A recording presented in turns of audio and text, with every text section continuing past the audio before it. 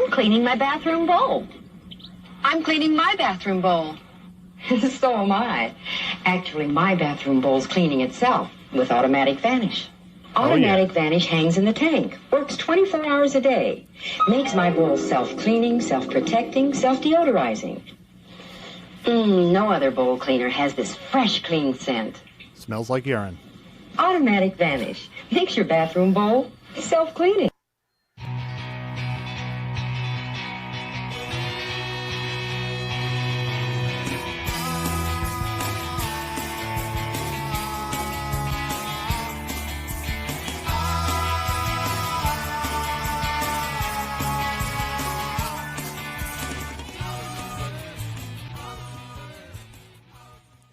Ladies, fish, and gentlemen, this is the Music Relish Show with your hosts, Lou, Mark, and Perry. This is episode 70. Yes. Yes. And tonight, we're going to talk about a whole bunch of stuff. We've got some news feeds. We're going to talk about Desmond Child. We got some trivia, and we got some we call random relish. We're going to talk about music history. Perry's got some old songs maybe that were old and new. And we're going to talk about Doug Somm and the Sir Douglas Quintet. And the Iron Mountain Storage Universal Group. There's a story there and maybe a video or something like that. Maybe. Maybe. Maybe. Well, there might be some technical difficulties, but as it is, how are you rockin' tours doing? Doing good. Hot. It's really hot. Hot up there in New Jersey, huh? It's hot. Really? Yeah. Come to the mountains. I sure want to. So why don't we jump right in? Yeah. Mark, what's new in news? What's going on in music and rock and roll? Deep Purple, after losing their guitar player, Steve Morse, who replaced Ritchie Blackmore, I thought for sure they were done when that happened. Well, now they got a new guitarist. And I really didn't think they'd put out a new album, but they just announced that on July 19th, they're going to release a new album called Equals One. It's going to be produced by Bob Ezrin. Wow. And this band has life. I got to hand it to them. As I've said before, when a band just doesn't tour and play the old stuff, but keeps coming out with new albums, I respect them. Sure. So I will pre-order this just to show some sales, hopefully, and help out. The only members of the band that they're not even, there's only one original member, which is Ian Pace. Ian Gillan, of course, on vocals, not an original member. Everyone else is new in the band. Don Airey replaced John Lord. You got Simon McBride on guitar. Yeah. Oh, I'm sorry. Roger Glover is in the band. Can't wait for Roger Glover is or he isn't? Is, yes. I forgot about him. He was not the original bass player? Nope. No, that's phase 2. Yeah. He came in with Ian Gillan. No, phase 2, it's funny because, they say they're not original members, but phase 2 is the Deep Purple that most people identify with. That was the Deep Purple that was actually for a period of time more popular than Led Zeppelin as far as attendance, record sales. Huge. Yeah. Wow. So I'm happy to hear that. Whole mid-70s, really yeah. Cool. You got anything, Perry? I think the Bob Ezrin production, that's big time, Yeah. For people who listen and haven't heard, although I think our audience is kind of older, Bob Ezrin is classic rock producer. I mean, of so much stuff. Alice Cooper. Did he produce Kiss? He did Destroyer. Okay. Yeah. And he produced that big mess of an album called The Wall. He actually got that all together. Oh, that's right. Yeah. When the band was splintering, 1979. Yeah. Well, there you go. Yeah. Now, was that the only thing Pink Floyd that he produced? I believe so, but don't quote me on that. I should know my Pink Floyd, but I think that's all he produced. Yeah. Well, the only newsfeed story I have is that I'm sure everyone's aware of this. Taylor Swift, her new record, they kept it under wraps. There was no single released to Spotify or Apple or anything like that. And Billie Eilish is doing the same thing. These new albums are coming out. Now, they're keeping it under wraps. They're not, no advance notice, new album coming out. So that, that was the singles. No. There's no singles on Taylor Swift's new album, apparently. Is it the Tortured Poets thing? Yeah. Yes. Yeah. I thought she was pushing that album a while back, though, wasn't she? No, that's her new album. It came out in like the last 2 weeks or week. Yeah. And she ingeniously got that channel on Sirius and like a few days after the channel started, all of a sudden I'm playing my new album. That's good. I applaud her. I did listen to the whole Is this the one she dropped at the Grammys? I'm not sure about that. I don't know. Okay. Yeah. Or was that the one of the re-records that she did, like Taylor's versions, which I've heard on the radio? Well, anything you see that's Taylor's version is the new re-record. That's the re-record. That's not the That's the Poets re-record. album. It actually says whatever Taylor's version. Mm-hmm. Yeah. So that the Swifties know that's the one to buy. Yeah. Right. Exactly. Right. But the reason they're doing this, Taylor Swift and Billie Eilish, is because they want to bring back the concept of listening to an album as opposed to just a hit single. And, so like they're really changing the industry. It's like, yeah, man, I remember when listen to an album, not just a hit song or whatever. It's a song cycle, right? You got the song cycle. You got the way it's paced, the way the songs are put in order. Yeah. We're not hearing anything in advance, even in the 80s too. Like, correct. I brought my copy of REM's Green at Music Merchant in Westwood, New Jersey. Yep. And it was, I'd heard advance notice, but there was even a little political message saying, "Don't get bushwhacked." Saying to vote for Dukakis because that album came out on election day. But 1988. they're keeping it's under wraps. They're keeping these new releases under wraps now, not just big. Get the advanced single from Billie Eilish's new. No. They want to keep the concept of the album alive. The only other thing, dude, is the what is that, Barry? Rock and Roll Hall of Fame. We know who's getting in. The inductees are. Yeah. Yeah, right. Absolutely. And I'm got to say this year I'm happy with who's getting it. So it seems to be if you're nominated for if they mention your name before the ceremony, you're in, right? No, there's nominations and it gets voted on. Okay. Yeah, but they haven't. There's nominations, nominees, and inductees. Right. So they haven't. They've brought out the nominees, but they haven't decided. No, these right now we have the list of the inductees, people who are getting in. The inductees, 2024. Yeah. And whom are they? Ozzy. I'll use one name. Ozzy. I don't think he deserves it. Really? And the next one named Buffett. Put him in. Put Jimmy in. Buffett. Tesh. Warren Buffett's getting in? Cher. Put her in. Cher is going in. She should be. Mary J. Blige. I agree with that. Okay. I agree with it. Sure. Yeah. This one, I don't know. Dave Matthews Band. Yeah. I'm torn. Yeah. For America, I don't know, dude. Well, no. I mean, we that argument's going to go on forever. They're going to put so many. I think on his own merit. I'm thinking, he's almost at the Grateful Dead level in a lot of ways. The fraternity people voted him in, so that amongst others, you'd be surprised who is a fan. A mutual friend of ours is a fan, and I'm like, wow, really? Yeah. Foreigner, yes, finally, yeah, finally, and a lot of them are still alive. Lou Gramm hopefully is going to be there. Hopefully they perform. Is Mick Jones not performing? I think Mark, you said something recently. Occasionally, right? he'll perform, but he's had heart issues, so he's not going to go on the road. And I think Foreigner are doing their last tour right now. Okay. A Tribe Called Quest. Cool. Mm-hmm. Well, there was a documentary about him, so of course they're in the Rock and Roll Hall of Fame. Right? You got a point with that. Seems to be. Right? I thought you were full of shit when you used to say that stuff. Nope. Let's see. Alexis Corner. Oh, yeah. I don't know who he or she is. Jazz. Oh, yeah? I believe Charlie Watts played with Alexis Corner. I think Ginger Baker did. Yes. Okay. Jack Bruce. Yeah. John Mayall. Cool. Yeah. What took so long on John Mayall? What's that? Is that? I wonder if that's John Mayall's. How many times he's been nominated? Because he should be in. I mean, I don't know. Yeah. He broke so many people. I mean, like not broke. Yeah. A lot of people were in the John Mayall Blues Breakers. Mick Taylor, right, and Eric Clapton and MC5 is also getting in. Okay. Big Mama Thornton. There you go. Yeah. Wow. About time, right? Yeah. Norman Whitfield. Oh, did not know how many songs he wrote. Is he Motown? Songwriter. Motown songwriter. Whitfield and Strong. Okay. They wrote Barrett Strong. What is it? Good. And Money. a lot of Mark, have you got a list of Norman Whitfield All right. compositions? Why, yes, Perry, I do. He wrote Good. Ain't Too Proud to Beg, I Know I'm Losing You, Just My Imagination, Cloud enough. 9, War, Wow. All the Confusion. Dang. Yeah. Those are great songs. Yeah. Yeah. And who else? There's so I don't have all the names, Mark. What do you have? he wrote Car Wash. No. Did he really? Did he? I think it says Car Wash in there. Is it maybe a work in it? That was a great freaking little funny movie. Yeah, Huh? there I'll are give you some weird people here today. Yeah.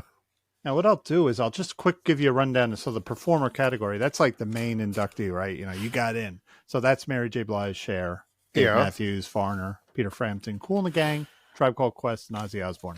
Peter Frampton. Musical excellence is MC5, Jimmy Buffett, Dionne Warwick, and Norman Whitfield. Musical influences John Mayall, Alexis Corner, and Big Mama Thornton. Mm-hmm. Then there's an Ahmet Erdogan Award to a Susan de Pas. And I have no idea who she is, but she paved the way for women in the music industry, and she was a record executive. Okay, I'll read. Cool. She was part of Motown. Mm-hmm. Okay, Okay. yeah. So I'm happy with this. You know, it's always stuff you want to see that didn't get in, but it's pretty cool. Neat. Very cool. Yeah. That's all I have for. Some people thought Frampton wouldn't get in. Yeah. Yeah. Well, I thought he was in. He's not in. Oh, he is. He didn't get inducted. No, this is he might have gotten in with Humble Pie. Were they inducted? Maybe I that's- thought these were inductee announcements. Yeah, I didn't hear Frampton's name on the inductees. I thought he made it though. Maybe we left him out. I thought He you did. said. I Yeah, thought you no, mentioned he's in Mark. there. He's Yeah, in there. Yep. Good. Yeah. Yeah. All right, and you know he'll play. He'll play. He'll play. I know we disagree on Ozzy Osbourne, but I think his solo career was so influential to heavy metal in the 80s. Like he started something. Yeah. And he recovered from his quitting Black Sabbath, and he did good by leaving. Well, he got fired, but by him leaving Sabbath, it helped Sabbath and it helped him. So he had two bands rebound, you know? So, Wow. Well, our Black Sabbath are in. You said, right? yeah, they're in. Yeah. So Yeah. Ozzy's he's in twice. He's in that 2 club, like Stevie Nicks and. Oh yeah, yeah. Is anyone else with the band and as a solo? Yeah. Yeah. Has anyone else hit the Triple Crown like Clapton? He has a triple crown. Oh yeah. Okay. Yeah. Yardbirds, Cream, and Solo. and as a solo. Hey, Only other one that could do that would be Jimmy Page, but I don't think that's happened. What about Crosby? Jimmy Page is what? He was in Yardbirds. Yardbirds. Led Crosby Zeppelin. was in Crosby was in the Birds. Oh, yeah. He was in CSNY and a solo performer. Is he in as a triple threat? He doesn't get in as a solo performer though. Although, Mark, you mentioned on Scott's show on Milk Crates and Turntables, David Crosby's first solo record. Yeah. It got panned critically when it first came out. Yeah. In retrospect, and while you said there's not any like one song that stands out, apparently it's a really good record. It's very good, and been Perry, you re-reviewed. should know what I said was. I've heard it. Well, it. you yeah. and I heard it together. We were in Music Merchant. John Schlapek held up the vinyl and said, "Did you ever hear this?" He made us stand there and listen to the whole first side. I was hooked. I was riveted. Of I'm like, Crosby? Yeah. I don't Yeah, even it's know called my Remember My Name. name. I don't even think, right? know. I don't can even know remember my my name. Yeah. And that's what I was saying on Milk Crates was that John Schlapek played it for me. I was astounded because I didn't even know about the album, and yeah, it's John really Schlapek, good. rest in peace, the late John Schlapek of Music Merchant, independent record store in Westwood, New Jersey. Yep. Support the little guy. Buy local. I'm cleaning my bathroom bowl. It's the Tidy Bowl Man. No, imagine if she held the vanish up to her nose and held one nostril while she was sniffing. Like John Lennon in A Hard Day's Night. I'm hooked on the vanish. It smells like shit. I always like that blue water. I always loved that blue water as a kid. I'm like, wow, that's so Yeah, it's cool. relaxing. Right? It is, yeah. I just want to paint it again. But when I Very got to green. be an adult and I used it, I noticed it never really kept the toilet clean. Well, when I used to when I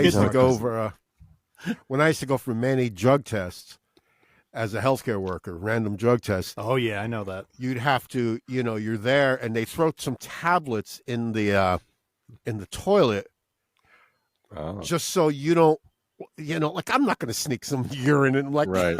I have nothing to worry about. I passed every single one of them, but Right. they would throw tablets in the toilet. Yeah. Yep. So some people would make it sound like they're peeing or something and pour some, like, I don't know, dude. But there's ways, like, people used to, like, defeat drug tests, Yeah. I think So the blue stuff in the water was like they would know if you if you're poured something in there or tried to pee in there or something. I think you're supposed to smuggle a condom filled with someone else's urine in your butt. Well, and hope that's it a little doesn't break. extreme, dude. If that thing breaks, if it breaks, you're peeing out your butt. You're supposed to mule it. Yeah. Ew. Where do we go wrong here? You know who Jack Holtzman is? A producer extraordinaire. The Doors. Started Elektra record Records. exec. Yeah. Yeah, Jack Holtzman. Yeah. Father And, of who? Oh, here we go with the 6 Degrees of Steven Wilson, father of Adam Holtzman, the keyboardist for Steve Wilson. No shit. And you can see his blogs on Facebook. He talks about his childhood experiences with his dad. He listened to the Doors demo when he was like 6 years old. Yeah, he was in the studio with his dad. This guy witnessed a lot. Yeah. So sorry, go ahead. Yeah, he started Elektra Records with like, a couple of $100 or whatever. And when I'm reading about it, I didn't realize in 1964 he started None Such Records. Really? Oh, which was supposed to be like a jazz label, but it became a pop label. The replacements were on None Such, right? Wilco. Wilco, that's right. When Yankee Hotel Foxtrot was rejected by Reprise, because it all became Warner Brothers, it became WEA, Warner Electra Asylum. Right. Warner Brothers took all of it over. And so if your music pissed off the mainstream label, they would throw you on Nonsuch. Well, this is what, like, as far as the Wilco documentary was, when you lose a guy in A&R, right? And it's artist and repertoire, but a lot of people call it artists representation or whatever. Yeah. But that guy in Reprise lost his job, and then they dumped Wilco after that. Well, anyway, Wilco ended up on None Such Records, which was owned by the same company. Right. Like, you bagged us from one label and got us on another label that you own anyway. They bought the record back from him. They bought the masters back from Key. Yeah. Yep. Do you think that was the greatest marketing ploy in the history of rock and roll? It proves that the suits upstairs don't know anything about music. They don't know anything. More so in the modern age, because if you look back, you talked about the Ahmet Ertegun Award. That was the record executive that saw the talent and worked with him, and right, because they had independent companies. Like Elektra was independent, and within a matter of within 15 years, Jack Holtzman put out 300 albums. Right. The Doors were on. Who was on Elektra other than the Doors? I mean, they were like Billy Idol. Elektra had a lot of artists on their label. Tons. Started an independent label with a few $100. But also the fact record sales, like, their roster of artists, not every artist was a million seller, but some of these second tier, like if you look at Uriah Heep, any of these bands we mentioned, they were part of the overall the bigger margin as far as profit, because they sold records. So if you sold 50,000 records, you got to make a second record because 50,000 people bought your record. It was all part of the same bottom line. They had patience. They had a little more patience. They were artist oriented. Ahmet Ertegun wasn't a bean counter like that. Jerry Wexler, all these guys. I was trying to look up at one point. I was thinking maybe like doing a segment on who were the great A&R reps, the talent scouts. I couldn't. I found a lot of modern stuff, but like John in the rap Hammond. world, which I don't know anything about really. So I was thinking like who are the ones that went to the Whiskey a Go Go and those other places. John Hammond was a big one, right? John Hammond, they were talent. Yeah. I might have done some better referencing, so maybe talent scout as opposed to A&R. Right. But they call A&R were like artist and repertoire, but it's really artist relations. Because the A&R art, it's artist relations. Right. You're not going to tell us what songs to play or what should be the single. That line crossed because there was the reason the repertoire was in there at one point was because they were also part of the song pluggers. Like an A&R guy might say to you or me, like, hey, that's a great song. Like, but here Russ Ballard wrote this one. It kind of bleeds in. But I know what you're saying. Yeah, absolutely. Yeah. So I heard. Do you ever remember that old show that was? It was a hilarious show. It was Fernwood Tonight Martin with Mull. Martin Mull. That was an and offshoot of Fred Mary Hartman, and Fred Willard. Fred Willard. The late great Fred Well, anyway, Willard. way back when, it was hilarious. happening? I'll never forget this. Tom Waits came on the show, and he sang, "The piano has been drinking." It was great. So they're talking to him afterwards, and he had a bottle in front of him, like a whiskey bottle, or whatever. It might have been planned out, but he goes, "I'd rather have a bottle in front of me than a lobotomy, than a frontal lobotomy." A frontal lobotomy. This is great, man. Yeah. I haven't heard that. I'd rather have a bottle in front of me than a frontal lobotomy. That is completely random, Perry. That was, yeah. All right. Oh, we're not in random. Oh, okay. No, we weren't actually. You've hijacked the show. Come on. That's right. I'm out. That's right. I'm out. No, you're not. You know why? Because now you want to talk. As long as you're talking, Perry, maybe you want to talk about Desmond Rouge. Yeah. Or Desmond Child. Desmond Child. No, Rouge was the band. Desmond Child. So in France they were called Desmond Child and Rouge. In America they're called Desmond Child and Red. Oh boy, I wish I had that. I wish I had the. Don't even do it. Don't even try. How about Desmond Child and Sanguine? Bad enough. But I'm going to get his book. He wrote a book, and I always thought Desmond Child was a woman. I don't know why. Well, this is some of the songs that he wrote. He wrote "Love in an Elevator," Aerosmith. Dude Looks Like a Lady. Wow. They had a power ballad called "Angel." Huge hit. Right? Yeah. Modern day Aerosmith, though. Oh, by the way, this information I got came from Wikipedia. So it's false. I just looked in, songs written by Desmond Child, and this came up. Yeah. So this information's from Wikipedia, and there's many, many more. I'm just naming, and Bon Jovi now. "You Give Love a Bad Name." Desmond Child wrote that. Yeah. Wrote it with probably Jimmy. What's his name? John Bon guitar Jovi player and Richie Zambuca. Richie Zambora.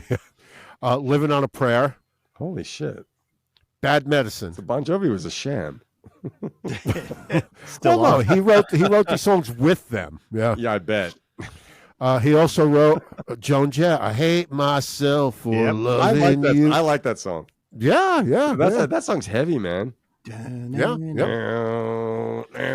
He also wrote, of course, we know this. "I Will Kiss." "I was made for loving you, baby." I love that song. That's their best song, as far as I'm concerned. Yeah. Yep. Desmond Child. I can't wait to get his book. He also wrote "Livin' La Vida Loca." "Livin' La Vida." Wow. Yeah. Perry, don't you have alternate lyrics for that? I can't remember what they were. Allow me to retort. I won't do it. And those are just a few of the songs. I mean, that came from Wikipedia. So if you go to Wikipedia and just type in like a Desmond Child, like, whoa, the list it's incredible how many songs this guy has worked on. Yeah. He actually Madonna and so many others. He wrote a Dream Theater song, He did. Yeah. He wrote a song with Dream Theater also. "You Not Me." Yeah. Now, was that song a big hit? It was the one album where the record company told Dream Theater, "You got to make a hit." So what they did is they did an album with. So they got 3 short songs on it, and the rest of it's 8-minute songs, but nothing really hit. It was the '90s, the grunge era, so it didn't do that good. Right. Yeah. That was interesting. So now with Desmond Child and Rouge, I remember hearing that name throughout the '70s before all these big hits. Yeah, they were a big band. They were but they were like a theater club band. They were not. So now the Desmond Child, considering all the, here's what's weird: all those songs that he wrote for all these other people. How come there's no huge Desmond Child hits, or are there? There Music Rush fans but we wanna didn't know. listen to those kind of radio stations. Those, I'm thinking like I always thought they were like a glam band. No, they were like along with Nile Rodgers and that kind of Chic and those kind of things.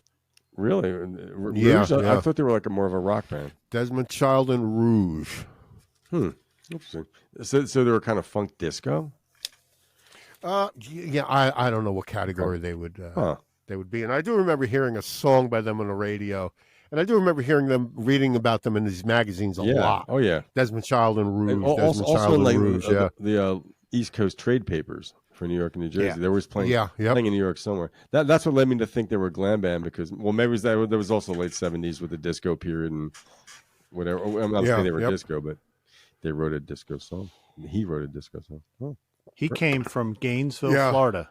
Leonard Skinner territory. Wow. Who's from Gainesville? Desmond Child? Desmond. Yeah. So did Desmond take a trolley to the marketplace? I don't know. Oh, bloody. Oh, blada. Who the hell knows? He bought a $20 violin. 20 carats. Okay, Shall we move forward? Yeah. Where do you want to go? Random? I'm going to go some trivia and some random relish. Oh, you want trivia? Yeah, I want some trivia. Oh, I love trivia. I got some. Mark, do you have any? I got some. Who's got trivia? You guys go with the trivia. I got some questions for you guys. Excuse me. Yes. Too far away to mute my mic. I was wondering, when I was looking into some of the stuff I was researching, I like chart placements. If a song's a hit song, I like to know why is this song a hit, or wonder why some things hit, some things don't. Yeah. So Yep. I decided to look up what were the number one selling songs, the best selling singles of decades. So I did the 60s through the 90s, up until the 2000s. Because we're not done with it yet, obviously, or the 2010s. So, what do you guys think? I don't have a multiple choice. I'm just questioning. What do you think was the number one, the best selling single of the 1960s? Of the whole decade. The whole decade, the best selling single.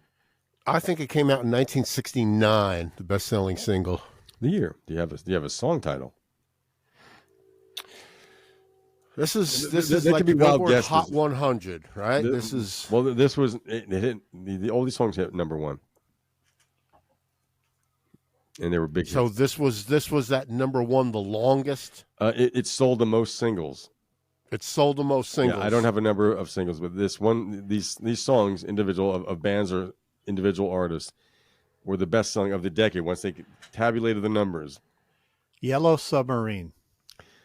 Mark, you're kind of close, but you're not. Oh. But that was not the right song. Wow, I just got So it's by Der Beatles. It is by Los Beatles. Los Beatles. The Beatles. Yes, Los Beatles. I'm gonna say. It's Get Back. Okay, Per says Get Back. Mark. All You Need Is Love. Nope. The song was She Loves You. Ah. Wow. The beginning of Beatlemania. With that great Ringo beginning. In America. That was like the first big thing in America, I think. Well, it right? only counts in America. Now, was She Loved You? Yeah, right. The world revolves around America. Yeah. Of course. It's a flat earth. Now, was She Loves You released before I Want to Hold Your Hand? I think I Want to Hold Your Hand came before. I'm not sure which one came out first, but She Loves You was wow. But ironically, it was not the English-speaking version. It was the German version of She Liebt Dich. Ja, ja, ja. Yeah. She Liebt Dich. She loves Dick. Somebody's got Tourette's here.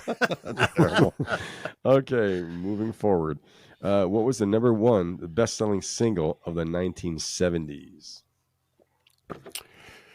I guessed wrong on this one, but I think I know what it was. There might be some contention here because look at these sources. You're it's like Bohemian Rhapsody.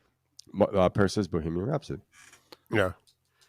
Another Brick in the Wall. There's a contention. It's Mull of Kintyre or Bohemian Rhapsody. Yeah. Another Brick in the Wall Part 2. Yeah. No, it allegedly is Bohemian Rhapsody, but I've seen Mull of Kintyre. I was trying to get into Billboard, but I didn't want to get a subscription to Billboard. It's so strange that Mull and Kintyre was so popular. I love it, but it's just wild that song was so amazing. I may have mentioned this in the past. Bohemian Rhapsody was released twice. Wayne's World. Right, Wayne's World. Yeah. Right. Mull of Kintyre only came out in 79, and they were selling 80,000 copies a week of that friggin' record when it came out. Mull of Kintyre, everyone in every country in the world except America bought that copy. Yeah, Yep. yeah. Because I'm like, where the fuck is this selling? I mean, I've heard it on the radio. It's a good song, and I'm glad. I hope Denny Lane got some righteous compensation. Isn't he? I think he's the co-writer. Sure he did. If he was a co-writer on it, he got compensated. McCartney's a notorious skinflint, as you know. I heard he had a cash bar at his wedding.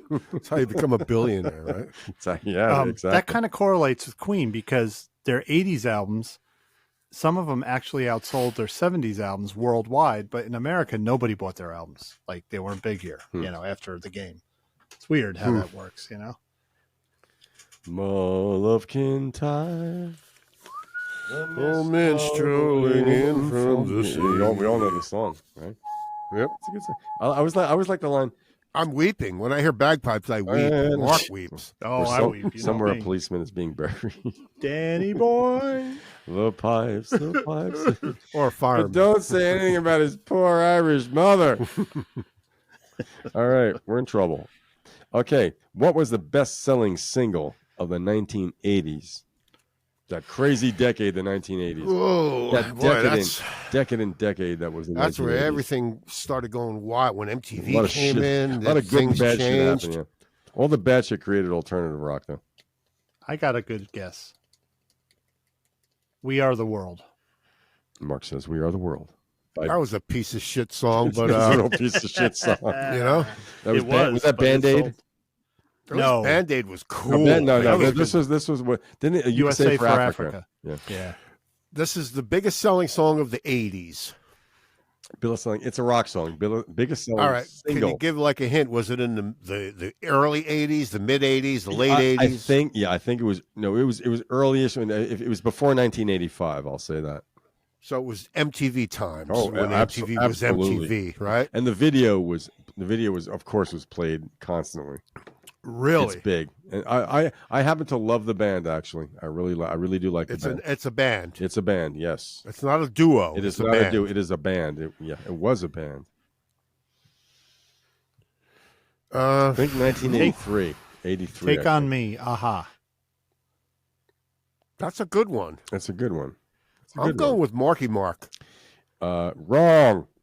The Police, Every Breath You Take. Of course it was. Of course. Couldn't get away from that song. No, you couldn't. That whole summer when that album came out, and I really like that album, but if I never hear that song again, Yeah. nothing against the song. It's a great song. It's about a stalker, Played to too. death. Yeah.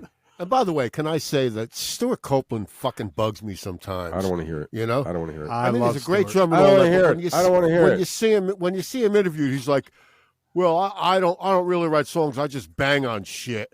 Like, you're a douche. No, that's a sense of humor in a way. I just bang on shit.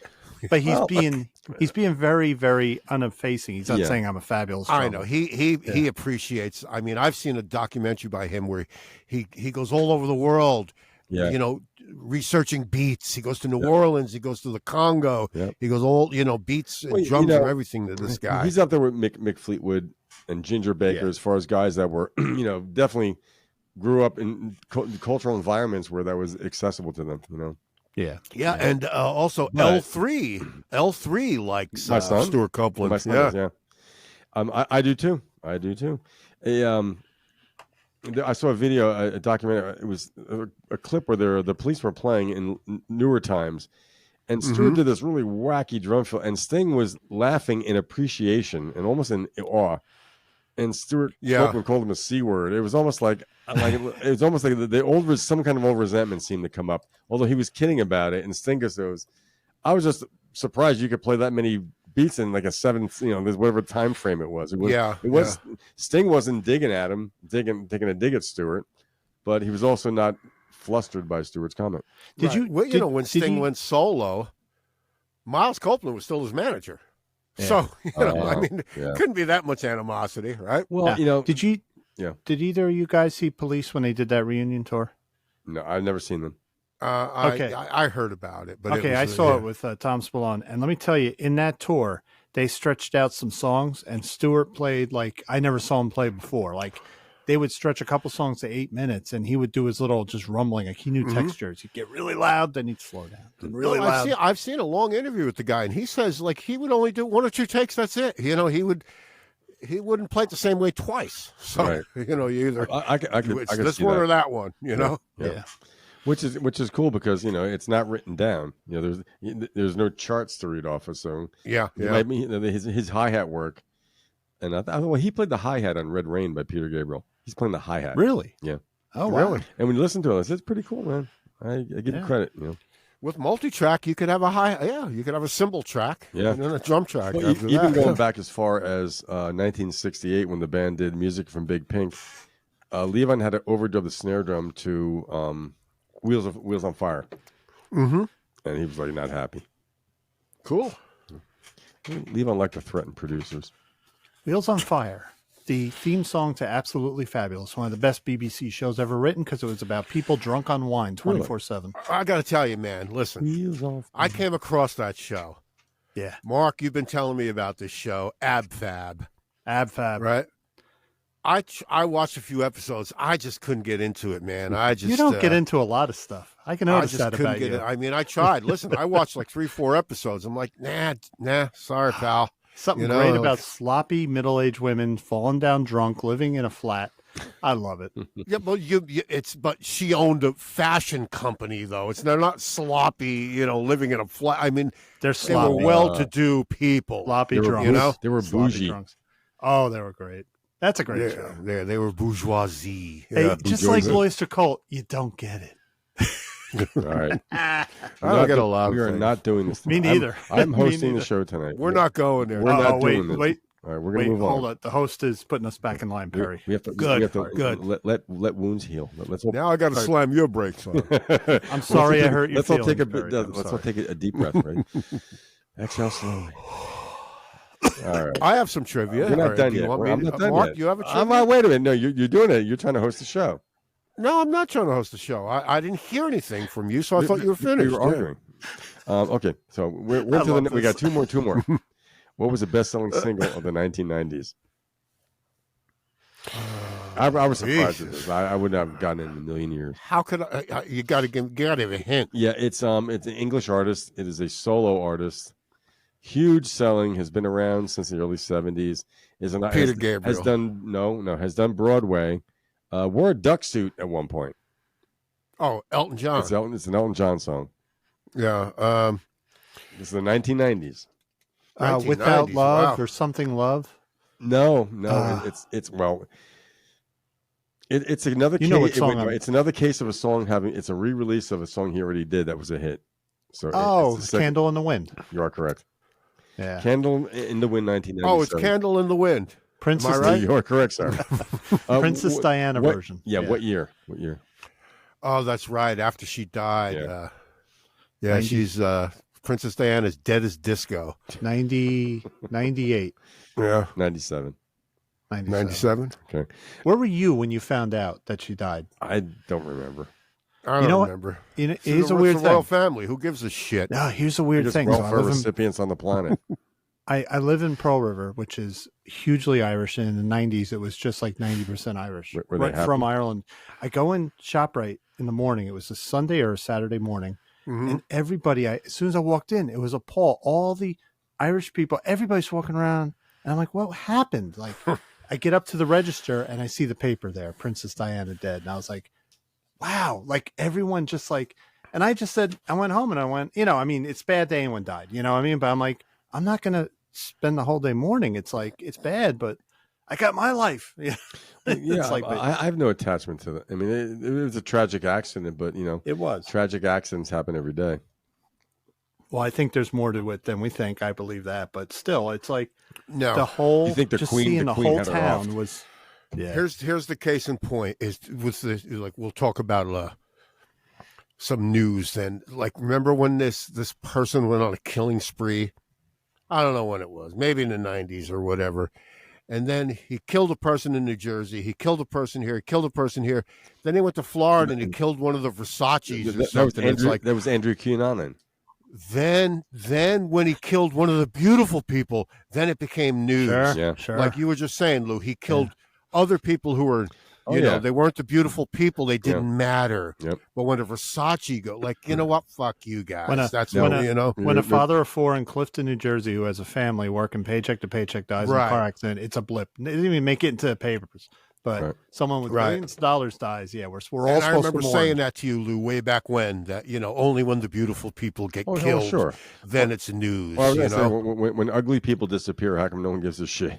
You know, it's now that under the Versace thing was weird because Edenville, our old band, was in Florida. We left that morning. We were in that area when he was killed. We actually got on the highway and heard it as we were leaving. Once it became Cool. news, so we were in the town of South Beach, where I've never felt so ugly in my life. Did you have your assless chaps on? All chaps are assless, Mark. Mark, you had to go there, didn't Well, you? no, there's no such thing as assed chaps. Ascot chaps. You could have a chapped ass. Never experienced that in my life. Don't go out in the cold. Well, yeah, because chaps are supposed to be for people who ride horses, right? So, Right. you Well, know, it's a there's funny nothing term. on the backside of actual chaps. right, Yeah. and you can't be a cowboy unless you ride a horse. Yeah. It's funny though. They call it assless chaps, and you're right, know Lou. that. It's like why? It's like calling it wet water or Exactly. sticky glue. I mean, All right, I have one more trivia for the 2000s. So, Okay. so they do it by decade. So I guess by 2010, what was the biggest selling single of the early part of the aughts? Which I hate that term. The aughts. yeah. The 2000s. Between 2000 and 2010, Yeah, and I was surprised. I was like, I've heard of the song, but I don't know. I'm going to say it's an Oasis song. it's a really Wonderwall. It's a really modern hip hop R&B female artist. She's not from America. She's from a Spanish speaking country. She's hot. Shakira. hot. Mark, Shakira. What would you say? Shakira. It is Shakira. What is the song? like? I love Shakira. I do too. Fuck. Hips don't lie. You got it, man. Nice. Yeah, I have Shakira's all her albums.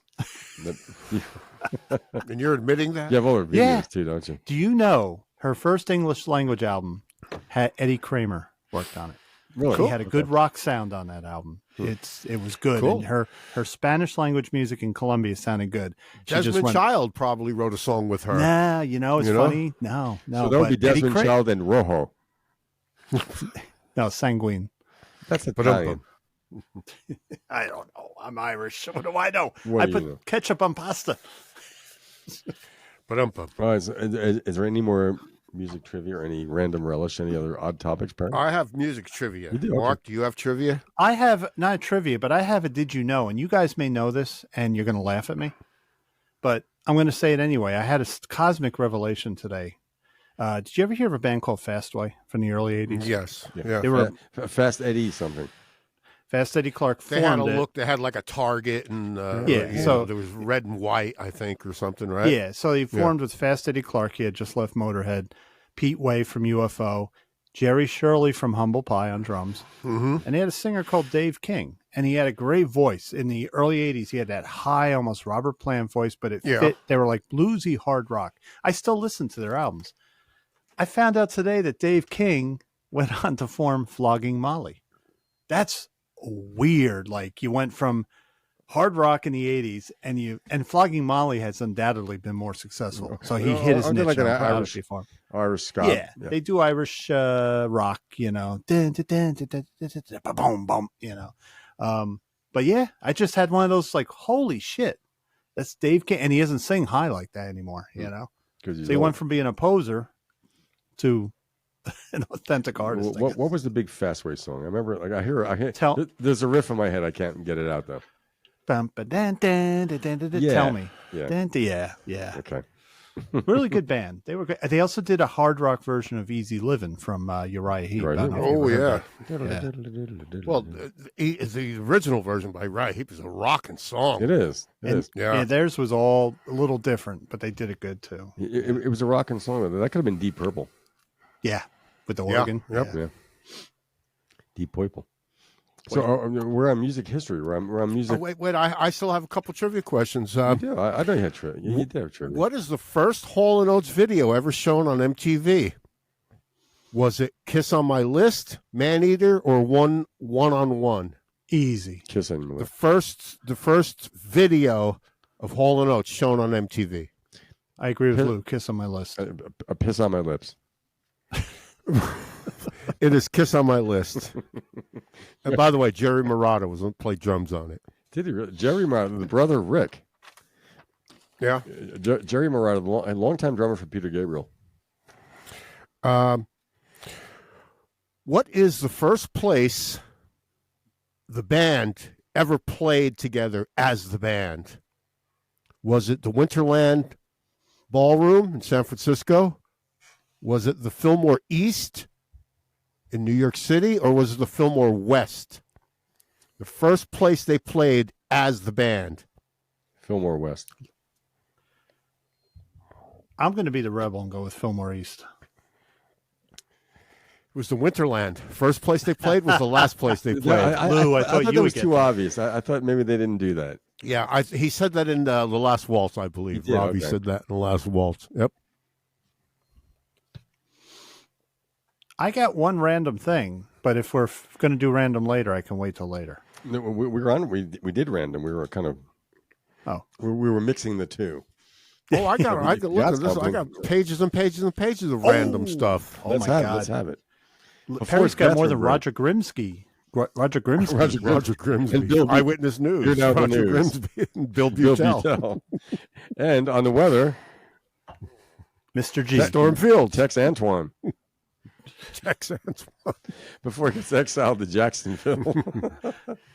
Okay. Inside. Yeah, it was inside. That was inside. Here's something I didn't know. I didn't know that there's a Grammy Award for album artwork design.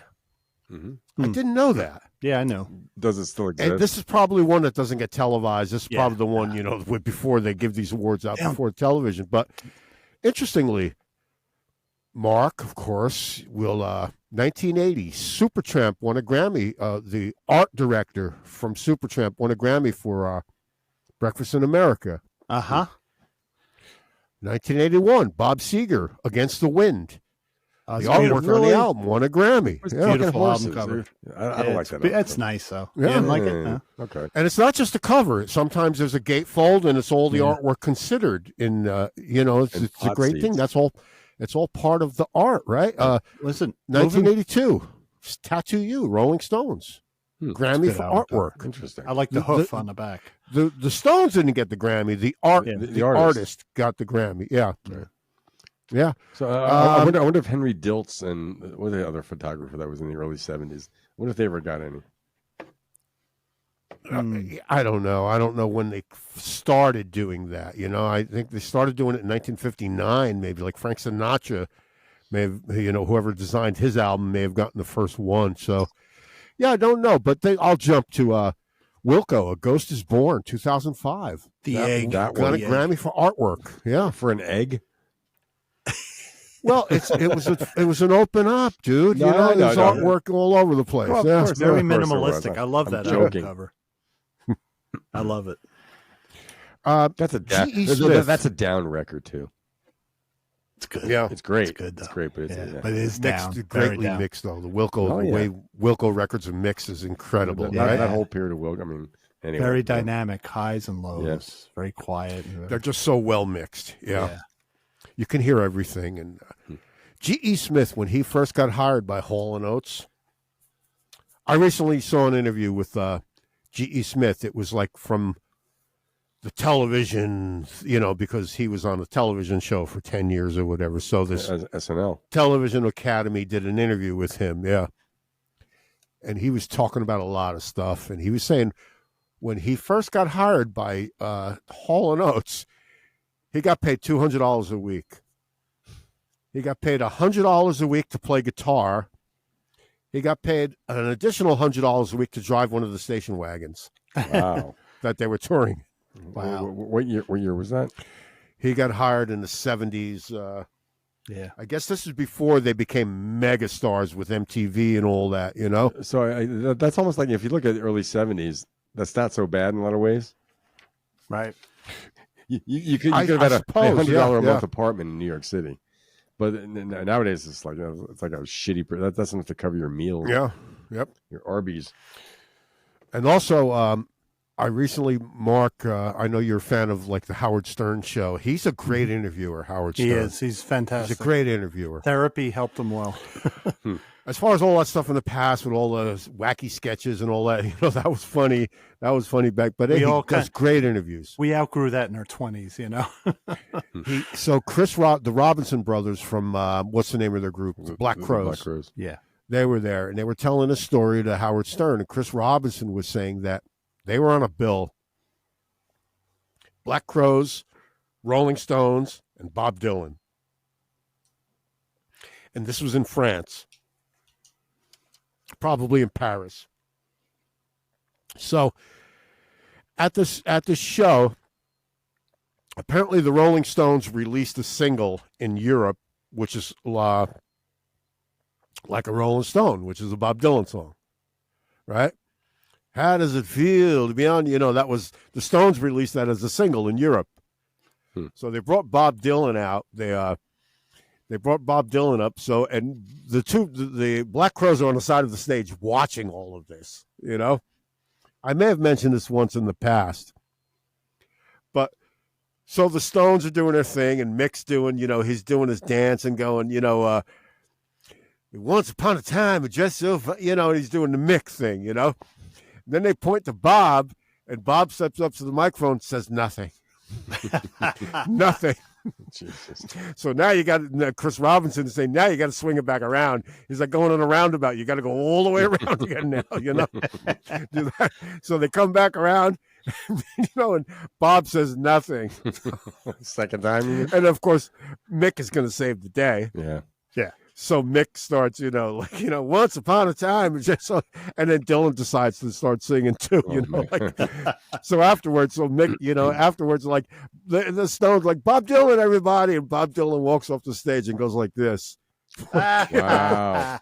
He just says, "Fuck you." Wow. You don't tell Bob Dylan when to Chris sing. Robinson, like, this is the greatest thing ever. Holy shit. I ever saw. Now, did he give the finger to Mick Jagger directly? He gave it to Mick Jagger, probably not to Keith. Right, Yeah, so Mick was impersonating Bob Dylan in front of Bob Dylan, which is no, Mick was being Mick. okay. With the chicken moves probably, and whatever else. So Bob Dylan was being a dick.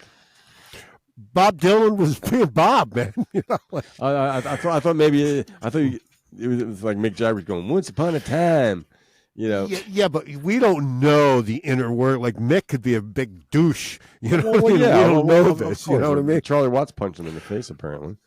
Yeah. Mick Jagger did nickname him Brenda. Where's my drummer? Where's my drummer? My fucking drummer. And there was one other thing too, where Chris Robinson was telling the story about they were really, the Black Crowes were young. He was like 19 years old when they started out.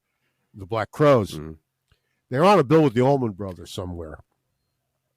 And the Allman Brothers were playing an acoustic set, and I guess it was Warren Haynes and Chris Robinson says that, he's a real nice guy. He's from North Carolina, and I guess Dickie Betts was still alive back then too. So they're both playing acoustic, and Warren Haynes apparently says, "Hey, are you the two brothers from the Black Crowes?" He's like, "I love your stuff. I love your records. They're great."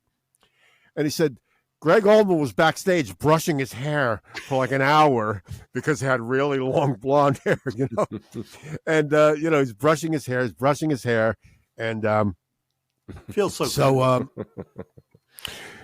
oh boy. So anyway, Mark. Jealous? No, not at all. So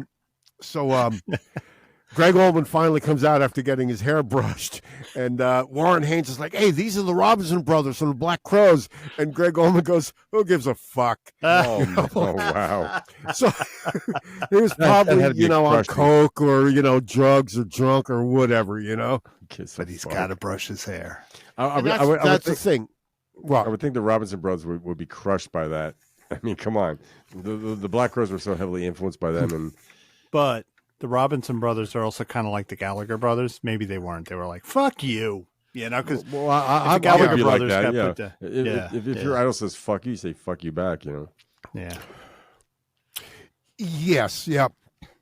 But that was funny, and it's easy to say like Dickie Betts was crazy, but when you're addicted to drugs, you know what I mean? It's not you. If you're an You're addict, different. that makes you do crazy things. Doesn't You're mean not- you're yeah. crazy, Right. Yeah. but it I know. makes you do crazy things. Sure. So- Even remember Peter Buck's airline incident? He makes pills and Yeah, alcohol. yeah. He's on a flight. I mean, I've never had to fly 6,000 times in a year. That would make me. I would be a nervous wreck. Going through Right, security, yeah. going through all that shit. The indignity of air travel now is anyway. You're riding a Greyhound in the sky, Yeah. But Yeah. Yeah, and he had to We go don't know that back. life. In fact, there was an incident on the plane, right? Then he had to go back to court in England, Yeah, right? yeah. He had to go back there again, Yeah. to right? It's like with air piracy or something. He's a big dude, He's probably causing a ruckus. Yeah. But I'm did you ever see? I got. There's a thing like we all watch YouTube occasionally, right? We've all seen YouTube videos. We send each other YouTube videos and all this stuff, right? But there's a lot of bullshit out there, dude. Like, these are all they're phony. You ever see these ones where like somebody pulls a guitar out of the mud and he cleans it up? It's all bullshit. You just put that thing there a week ago, I did that and then you're Perry. going to get 1 million views because you cleaned up a Stratocaster Yeah, that I you found in a shed. I found a Les Paul in my ass. I pulled it out. Yeah. Right. Put some Tarnax They're on. phony. It's incredible what people will do. Shame on any of these people who do this. I Like, just want this hits. was a thing. They finally YouTube caught up with it. Yeah. There was a thing where these people would get a turtle, like a sea turtle, and connect all barnacles and things like that, and then the video would be like. And of course, it's in a 3,000 little years tidal. It's in a little tidal pool. So like they're scraping off the barnacles and saving the turtle. Like, you fucking did that, dude. It's complete bullshit. Kind of sad. It's like the puppy videos, right? Let's get a bunch of puppies. We'll put them by a junkyard, playing sad music. and then of course, and the video is these puppies were abandoned. Nobody wanted them, and it's bullshit. But 15 million views on YouTube. So these people that make these videos, they starve those puppies themselves because some of these dogs. No, they're some of not these dogs- starved. but some of these dogs They look pretty just- miserable in some of these They videos. just took the phone out and filmed them, videoed them while they're standing, 4 puppies in a junkyard. I'm thinking of those commercials where it looks like legitimate starving dogs because they look miserable. Oh, you hear Sarah McLachlan singing "In the Arms of the Angels"? In the Yeah, Arms of the- that's no, that's real. It's like shame on anybody who makes any shit up about like anything like that, dude. You know I what? can't how they sleep at night. I don't know. Well, here's how they sleep at night: 15 million views. Yeah. That's how they sleep at night. Entertainment, video watching. It's not like we grew up on TV. The stuff was vetted. It's the Wild West now. Anybody can Yeah, put a video up, right. And then you. long as It's it true. doesn't You seem can too say what you objectionable. want. You can say what you want. You have that freedom, but you have to suffer the consequences. Yeah. When know? you get, So if you're- when you get exposed as a sham, yeah. Yeah. Okay, yeah. so we kind of veered off music right there for a second. Is there any more music history? Is there any more? Well, one thing I want to say, Lou, is that you're also mentioning some songs you said that were kind of older things that were. well, I don't know if we're going to be able to play those, Oh, okay, but okay. one other thing, you were saying how like you listen to Spotify, and Spotify has playlists for you that they make up, Yeah, of stuff I listen right? to. That's AI that's doing that, by the way. Sure. There's nobody at Spotify going, No. hey, Lou Colicchio loves Well, this. Let's well, suggest wait, it's wait, AI hold that's on, doing no. that. Are you telling me those emails I get are not from a person saying we've personalized your personal taste, Mr. That Louis AI I D. don't Col- mind. Col- That is AI. That is Mr. AI. Col- That's good AI. AI. I don't mind it. I don't mind it at all. That's why I got some Pandora- great mixes, man. That's why I'm dumping XM. Right. And that's I'm why just saying that, typing but that's is AI. him. There's good AI. That's why Pandora is so good. Oh, you know? that's right. The Coffee House channel. That's got to go. It's driving me insane. die tomorrow. Well, Billie Eilish is in the Coffee House channel, right? I broke all your hearts. With her Billie- whisper singing. Well, I think she was the queen of that. Now her new And album, her dead no, eyes. her- And her dead her eyes. Yeah. dead, her whisper thing. Her next album is going to be different. I bet. That's why they're keeping it under wraps. You know why? Because her sound, that little sound she created, or it seems to, have, or at least capitalize on, has been co-opted so many times by so many current But they artists. want you to buy the album, not just download the single. And I am going to buy the album. Yes, I'm going to buy it. Okay, No, good. no, Did no, I tell no, you guys I'm that not I gonna buy it. download it. I'm That's not what you're going gonna to.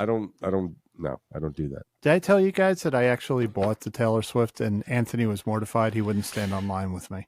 He said, "You're too old. It's creepy." I said, "No, she's a great artist." But on the cover, she's holding her stomach and she's got her other hand towards her groin. So that's what embarrassed him, Oh, okay. I like it. And that's the Tortured Poets Society, right? But it's available. That clear vinyl's available at Target only. Yeah. So there's a deal right there, you know? Yeah. I bought And like I the said, CD. like we said the other week, Swifties are going to buy, even if you don't have a turntable, they're going to buy that friggin' album with the clear vinyl. Mm-hmm. But it's going to be like a Cabbage Patch doll. I've got 20 years from now, yeah, there's 80 million Cabbage Patch dolls out there. It's worth nothing. You know what I mean? It's worth $5. You know? Yeah. I also think, just from ads I see, there's going to be a backlash. Once you become totally ubiquitous, once you're everywhere, you got to go away. So I'm sure I'm Phil sure she has. I bet she's smart. She has an exit strategy. Yeah. As far as Phil Collins went through that. And, Phil Collins, he did it. He went too far. Taylor Swift hasn't made a movie. She hasn't acted on, you know what I mean? She hasn't done that kind of like multimedia, try to cover every aspect of entertainment or fame. But eventually it's going to peak. Yeah, I think if she sticks to, like Louis, you said, if she sticks to just music, she'll peak. But I think she's always going to have, like Elvis, will have of course, tremendous amount of fans. She won't be packing in giant stadium. Of course not. She'll have a great career. She'll sell records. Her audience will change. She'll sell records to people, and her music will change too. It's funny because it's already changed. To me, it's innocuous. It's not bad. I've heard a few songs, since we've been kind of talking about it. And she's unlike a lot of her peers in a sense where she's not very affected. So her sound is very pure actually, but it's not my thing. But I don't knock it at all. And like I said, as long as you do, you take care of your people, and it's kind of funny how you buy Taylor's version of the album. Yeah, exactly. Yeah. What Swifties like, because I was listening to her channel on Sirius, and they have all these interviews with Swifties, and the consensus seems to be that they like her because their lifestyle, her lyrics mirror their lifestyle. So her topics seem to, and they like to hear that. And so she's smart. She's singing stuff her fans can relate to. Not like Blue Oyster Cult singing about fire of unknown origin. Nobody can relate to that. Or sneakers. Oh, we did a Blue Oyster Cult reference. Oh, no. Oh, wow. You didn't give me a trigger warning, man. Don't do it. Blue Oyster Cult trigger warning. Don't do it. I got you. Show up. You got to warn me, dude. You got to give me a trigger warning. What if I just hit a cowbell randomly? Really? God, hang on a second. Talk amongst yourselves for a second. Mm-hmm. Our life together. Oh, Double Fantasy. Yeah. I was listening to that last night while Sven Gulli was playing one of my favorite movies, Trilogy of Terror with Karen Black. I put the sound down and I played Double Fantasy because I just wanted to give it an honest. That's a song that's an album that you do have to listen to the album if you're going to get it, and I enjoyed it. I had a little tidbit when Lou comes back on Double Fantasy, actually, but I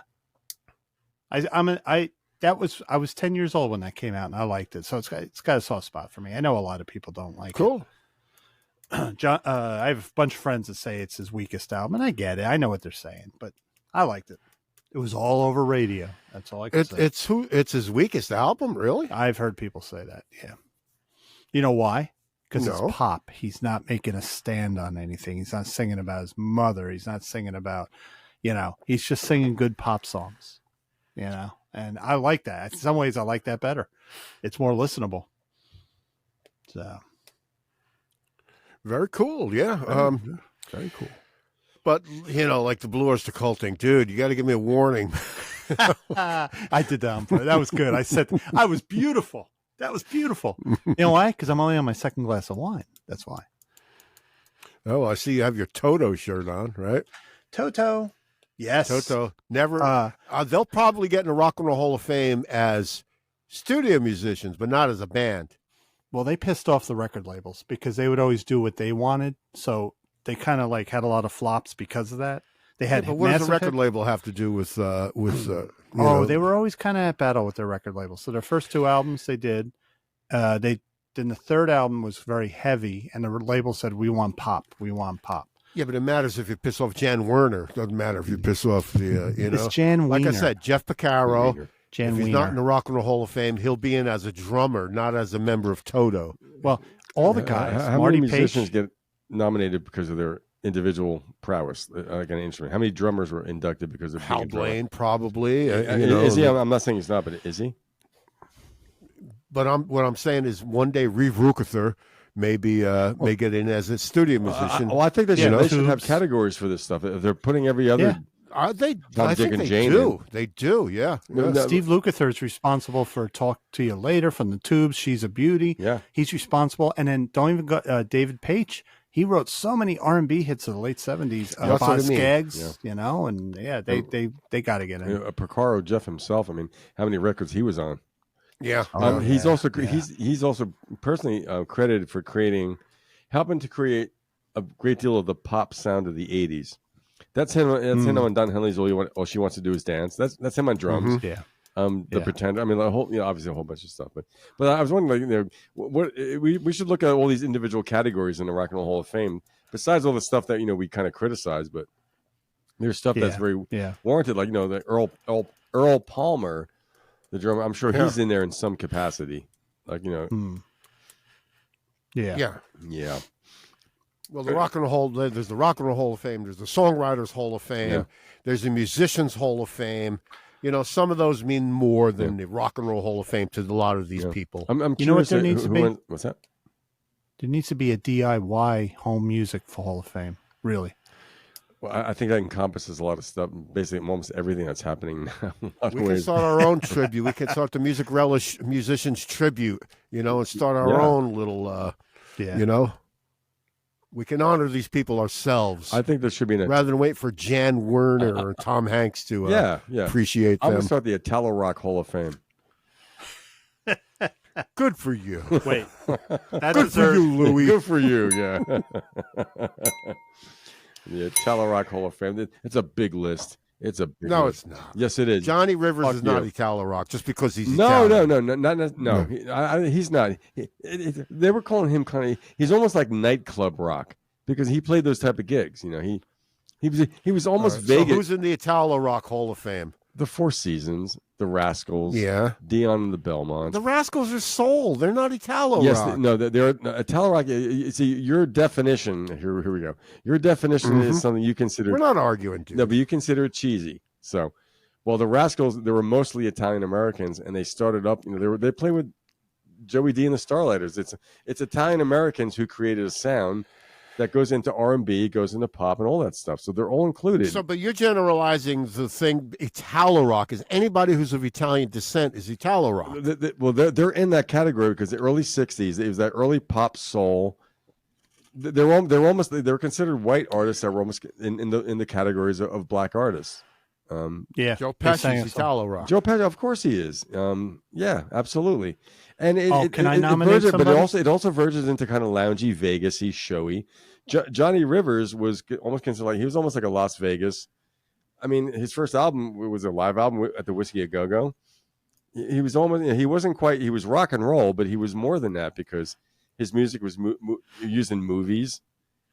And those records were live. He was almost a show band, but he was too cool and too good and original to be a show band. But I mean, he could have been a wedding band singer in Long Island. It's just because it's in. Look, a lot of times blood. we catch ourselves saying they're showy, but they're too I don't mean that rock and roll negatively. to be showy. Yeah. So there's artists that we say, oh, well, they're not really rock and roll, but they would never make it on the Vegas circuit. All right. Yeah. So who else? Johnny Maestro and the Brooklyn Bridge are Italo Rock. Yeah. I didn't say I heard you're fucking Larry. That one, right? Right. I'd even say Jay Black and the Americans, although Jay Black was Jewish, he wasn't Italian. But it's that kind of sound. Almost like Can I nominate like blue-eyed soul, like white soul. A lot of these artists were like Stephen Van Zandt said when he inducted the Rascals. Because you can't sound that black without being Italian. It's not completely true, but it's that kind of connection. Yeah, I saw that. Yeah, but he was also in his regalia, his Miami Steve regalia. Right? Of course he was. And didn't he pull off his clothes and he had on a little schoolboy outfit like the Rascals? Yeah, those stupid outfits that they had on. Yeah, yeah. That was. Can I nominate? Yep. Who's that? Can I nominate Ronnie James Dio for the Italo Rock Hall of Fame? No. Yes, he's Italian. No, yeah. then I'm in it. I'm in it, and you're in it. Perry. Oh, okay. No, right, it's gotcha. that early '60s. It's the extrapolation of doo wop to R&B to soul. Yeah. All that. That's the whole. That Dion was DiMucci. Dion DiMucci. Yeah. Now, if you look, well, it's mentioned in the Rolling Stone Encyclopedia of Rock and Roll. They call it Italo-American rock. It's all that. Yeah. Anyway. Yeah.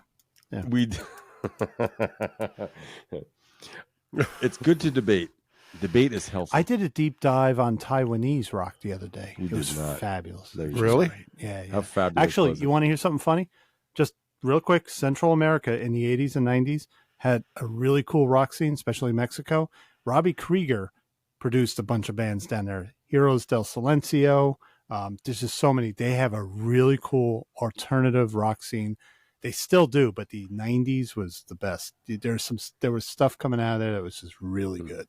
I'll give you guys some names, but you'll be like, if you check them out, they're all on Spotify and YouTube, but really good stuff. Cool. All right. We're an hour and 10 into it.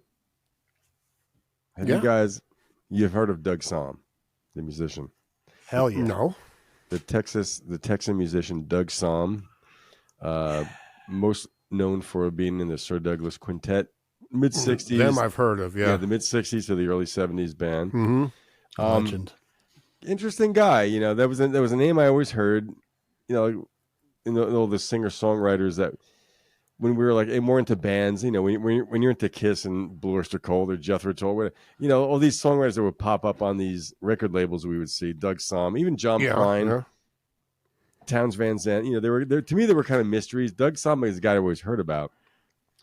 But he was a Texan, and he's credited as being one of the main enthusiasts and purveyors of Tex-Mex, Texas rock and roll, Texas music. Mm-hmm. Which encompasses, the Western swing, jazz, a whole bunch of stuff. So he's, although he's not widely known in Texas, he's considered almost like the godfather of Texas rock, like more than a cheerleader, but it's someone who, one of the bedrocks of Texas music and Texas rock. There's Jimmy Dale Gilmore, all these Freddie Fender, all these. There's so many artists. Yeah. I looked at the list of artists from Texas, including Beyonce. She's a Texan. I didn't know that. Yeah. So when she has her country album, I'm not knocking it. I heard one song; it was good, but I didn't know she was a Texan. I thought she was East Coast. But it's a big state, and it's got an interesting Once you got tradition. Texas in you, What's Texas is in you. They separate themselves from the rest. Oh of the crop. I had a friend in childhood in 5th grade. He was from Texas. Boy, did he let everybody know it. But all my exes live in Texas. Yeah, exactly. So they were based out of San Antonio. So Doug Sahm, he was a musical prodigy as a child. He was on Hullabaloo. No, he was on I forgot the radio show, but he did things on stage on the radio. He played with Hank Williams. He was 11 years old. He played with Hank Williams on Hank's last public performance. Wow. Yeah. That to be what, 1950, 51? When did Hank die? 59? No, 51. Hank died in 51? New Year's Eve and New Year's Day. So it was 50, 51. Okay. Not sure when he died in the back of his Cadillac. Right. Yeah. So at some point in that year, young Doug Sahm got up and played with him. He was 11. He was on Doug Sahm was on the Louisiana Hayride. So he was a child musician. Which Hank performed at many times, in fact. Yeah. Okay, sure. He's a big promoter and purveyor of Tex-Mex music. It's an interesting mix down there. Once I started looking at his background, the mix of music down in Texas, it's white, it's black, it's German. There's Czech influences, the Bohemian countries, the Eastern European, that polka sound. Yeah. With Tejano music. Mexican polkas. A lot of people don't know that. There's Mexican polkas. There's accordion in it. True melting pot. Yeah, Flaco Jimenez, right? Flaco Jimenez, yeah. You are such an American. God, you're it's white. Jimenez, Perry. Come on. It's Sir Flaco Jimenez to Sir you. Flaco Jimenez. My name is Jose Jimenez. Oh, Lord. Don't you remember the thing from Ed Sullivan? Oh, that was I'm thinking Pedro from Napoleon. That was Topo Gigio.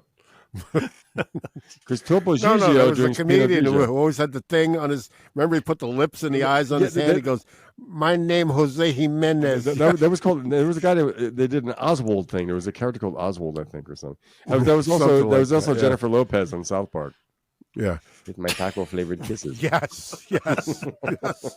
Yeah. And Ben Affleck. Yeah.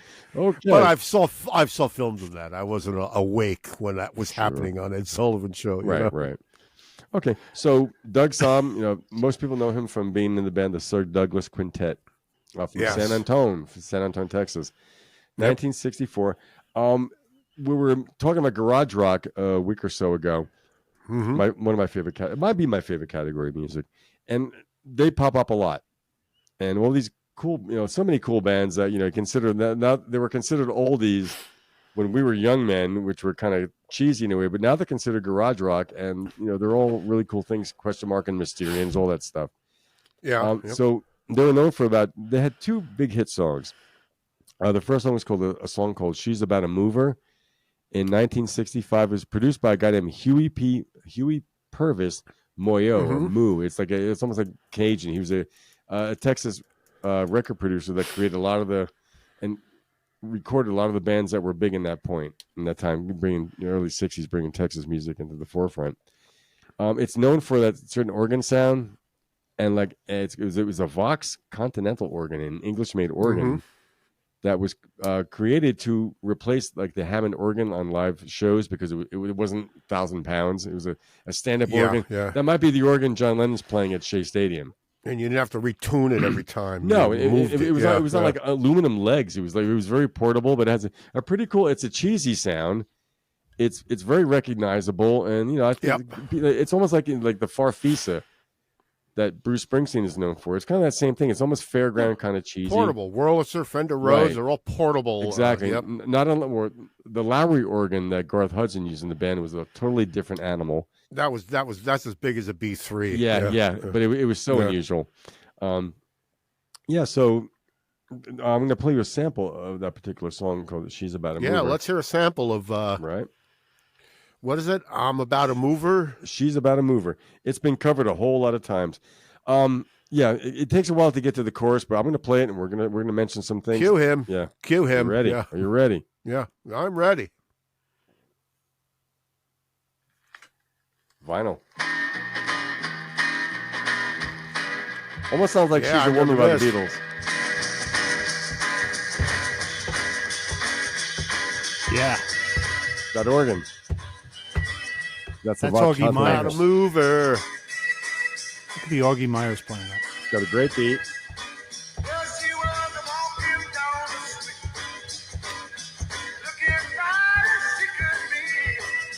Great Still vocal got too. that same voice. Yeah. Always had that same voice.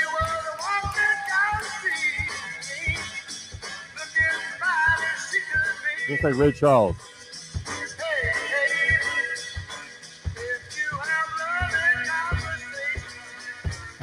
She's about a mover. It's almost a rewrite. Here we go. Yeah. Here's the hook. Yep.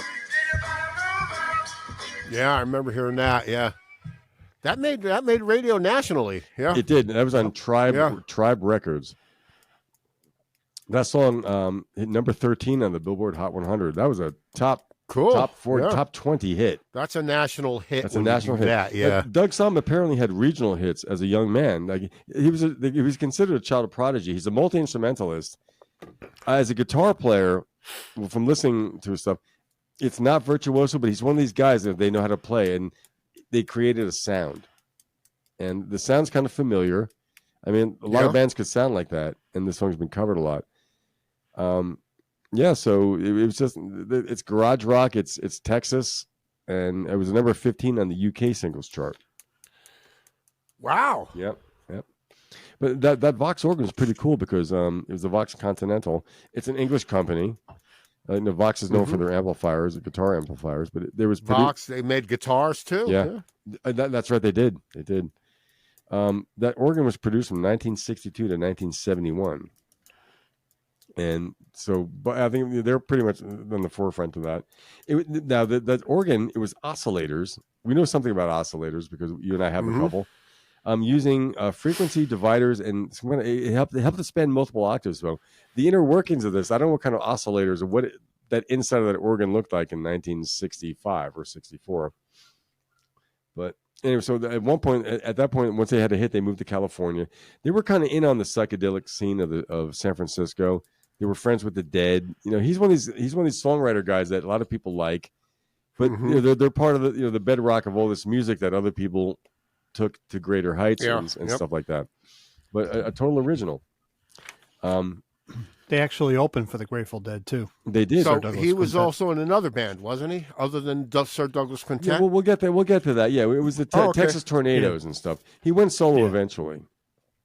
But you know, the Sir Douglas Quintet, they opened up for the Beatles, the Stones, the Beach Boys. I mentioned him. He played with Hank Williams, and it's Tex-Mex, it's garage rock, it's country rock. So I looked up some of the influences of Texas music and what made that. You know, it's a stew. Like a lot of music is a stew. Rock and roll is a stew.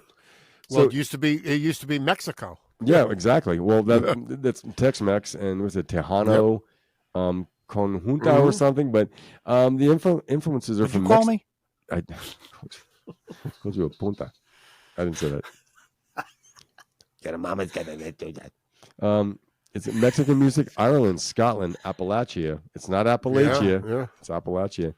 Bohemia, which is Eastern Europe. Poland and Germany, because of that polka feel. Yeah. And African America, because that's part of the culture. That's where rock and roll and the blues and jazz sprang from.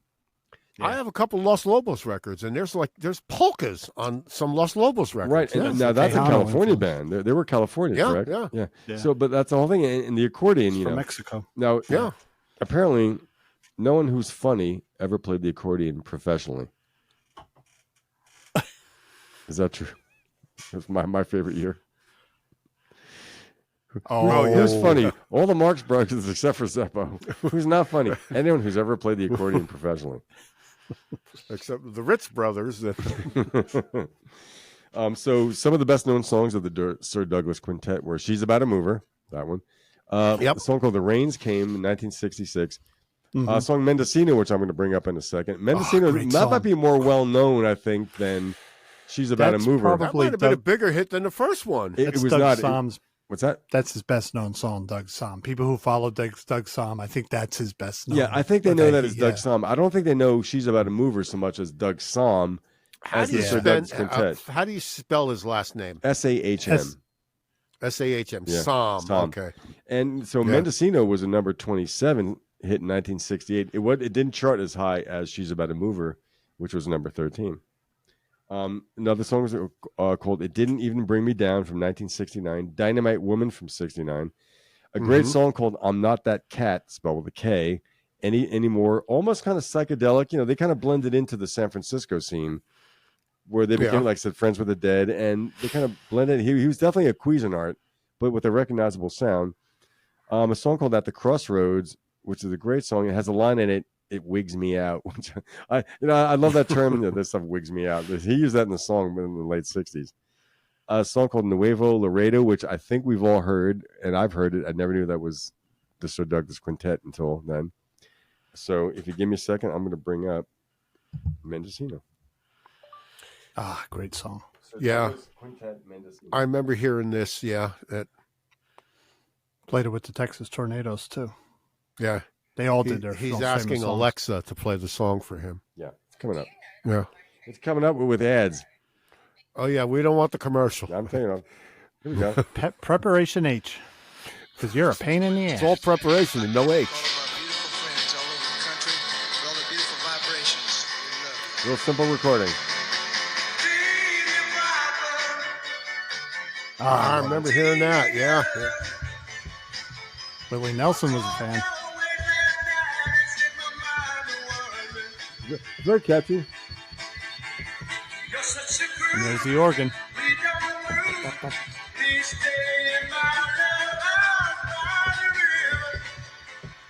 Can you hear the organ? Oh yeah. Never get tired of this song. That sounded live. Most of the recordings sound live. Yeah, yeah. Not like live, in a club or anything like that. Not unlike Johnny Rivers, right? But I always thought they were a 4-piece with like a tongue-in-cheek name like Quintet, but there was 5 of them. I'll play the chorus in a second. Mendocino. Yeah. Now that was a song you heard on oldies channels. Uh-huh. When Yeah, yep. I remember Those 2 songs I've heard on the radio. Yeah. I'm About a Mover and Mendocino. Yeah. Mendocino was the name of the album that came out in 68. Their first record was called "The Best of the Sir Douglas Quintet," but it wasn't the best of it. It was kind of a joke. That's ballsy, right? The Sir Douglas Quintet plus 2 equals Honky Blues came out in 68, and Mendocino, that album came out in 69. I think those are the 3 albums. If you want to listen to them, check them out. The Sir Douglas Quintet, Doug Somm. Yeah. But they opened up for the Beatles and the Beach Boys, the Stones. They were on Hullabaloo. Yeah. Like Rick fucking Dalton. It's not Hullabaloo. Red apple Screen cigarettes. door. That's the green. On screen door. That's screen door. It's green door. And we're not talking about the porn movie Behind the Green Door. Oh, by the way, Quentin Tarantino canceled his last movie that he was going to make. Really? Yeah, he bagged the script. He said it wouldn't have worked. He's So gonna he's going to make make one more He's got movie, one but more it's movie. not going to be that one Oh. that he's been talking about. Yeah. He's gonna make 5-10 more movies. No, that's he's not. bullshit. He's going to make one more movie, and that's Yeah. going to be it. And write Ozzy books. Osbourne was gonna He'll retire. write scripts. He'll write Yeah, scripts, he's a but he's not screenwriter. going to make any more movies Nah, after the 10th Ozzy one. Osbourne was retiring. The Who were retiring. Rock and He's roll, going to rock- make movies. Rock and I'm roll's telling you. different. You can't give it Yeah. up. You can't give up rock and He's- roll. Yeah. Just can't like hang up your REM rock are and going to roll shoes. reform. Quentin REM Tarantino will make No, 5 they're more not. Get movies. over that, No, they're man. not. It's not going to ain't happen. gonna happen, REM Mark. is never going to reform. I'm going to I'm laugh with you, at you Barry. guys It's when not they going to happen. reform. Never. It ain't happening. And dude. Oasis are going to come back. Oasis will get back together before REM, and But that's Quentin- never going to happen. REM You did. can ask Scott McClain that, by the way. Michael Stipe You didn't know? sing with them at that Michael Shannon concert where they did the album Murmur. Right. He came on stage, but he did not perform. Yeah. Yep. Quentin Tarantino will take 6-7 years off, and he'll make more movies. No, he won't. No, he won't. Yeah, He's married. He's got a kid. He lives in Yeah, Israel half the time. Okay, He- so you know, All right. you stop. live the married All right, life for we're like doing 7 it, years. We're doing it again. you Stop. know? Okay. Perry's Yeah. wrong again. He's always wrong. You know? Well, Lou. it's not easy. So That is always being right. Flaco Jimenez. I mean, Wait, no. Doug Somm. Yeah, so the Sir Douglas Quintet, the members were Yes. Doug Somm, vocals, guitars. He was a multi-instrumentalist, so he played a whole lot of shit. So he was the leader of the band. It was his band. The Sir pretty Doug, but he had a partner. Augie Myers. August Myers was the organist, the keyboard player. much. I've heard Yeah. that. I've heard that name. Yeah. Well, he wanted to play with the Texas Tornadoes. So did Doug Somm. Okay. Yeah. But the recognizable sound, if the instrumental recognizable sound of the Sir Douglas Quintet was that organ, that Vox Continental organ. Yes. It Yep. wasn't Doug Somm's guitar. So the guy named Jack Barber on bass, Frank Morin on sax and trumpet and keys. They had a sax and trumpet because of the Mexican style music that they played. Yeah. And a guy named Johnny Perez on drums. In listening to some of his old records, he was a cool drummer, man. Yeah. And the compilations on Spotify are weird because I don't know what's remixes, not remixes. It's very vague because he's really not that well known by the mainstream, by the general public. So what you see on Spotify can be kind of dicey. There's 3 versions of the same song. Yeah. But I got a good glimpse of it. And, the drumming, there's jazz stuff. It's psychedelia. It was a real mix because if you look at those ethnic influences I listed, there was 10 to 11 different styles of music that they blended into this definitely original and definitely an American sound overall. Yeah. After all the influences are added up. I think he re-recorded a lot of his music because, like, when his career kind of went down, he would re-record for different record labels. So yeah, you get like I think there's like 6 studio versions of Mendocino. Probably, Mendes- and I also can't the song say, was it Nuevo Nuestro or something. There was 3 in a row. It's also been covered a few times, hasn't it? Well, She's About a Mover has been covered a lot, Yeah. and well, it's funny because the song, the Freddie Fender song, "Wasted Days, Wasted Nights." Yep. Mhm. There's a version by Doug Somm. There's a version by the Texas Tornadoes, and there's Freddie Fender's individual hit. But they broke up in 1972. He went solo, and so him and Augie Meyer worked together a lot, and they formed one thing. Also, the Texas Tornadoes, which Mark, I'd heard of them, but I never listened to them to today. I like the song Guacamole. It's interesting. Freddie Fender was a guy that in the mid 70s, you saw him on TV on the music shows, playing that it was Tex-Mex music. I didn't know what it was. I thought it was country. Yeah. And I kind of made fun of it. I thought it was kind of weird in a way. I did find myself singing "I'll Be There Before the Next Teardrops Fall."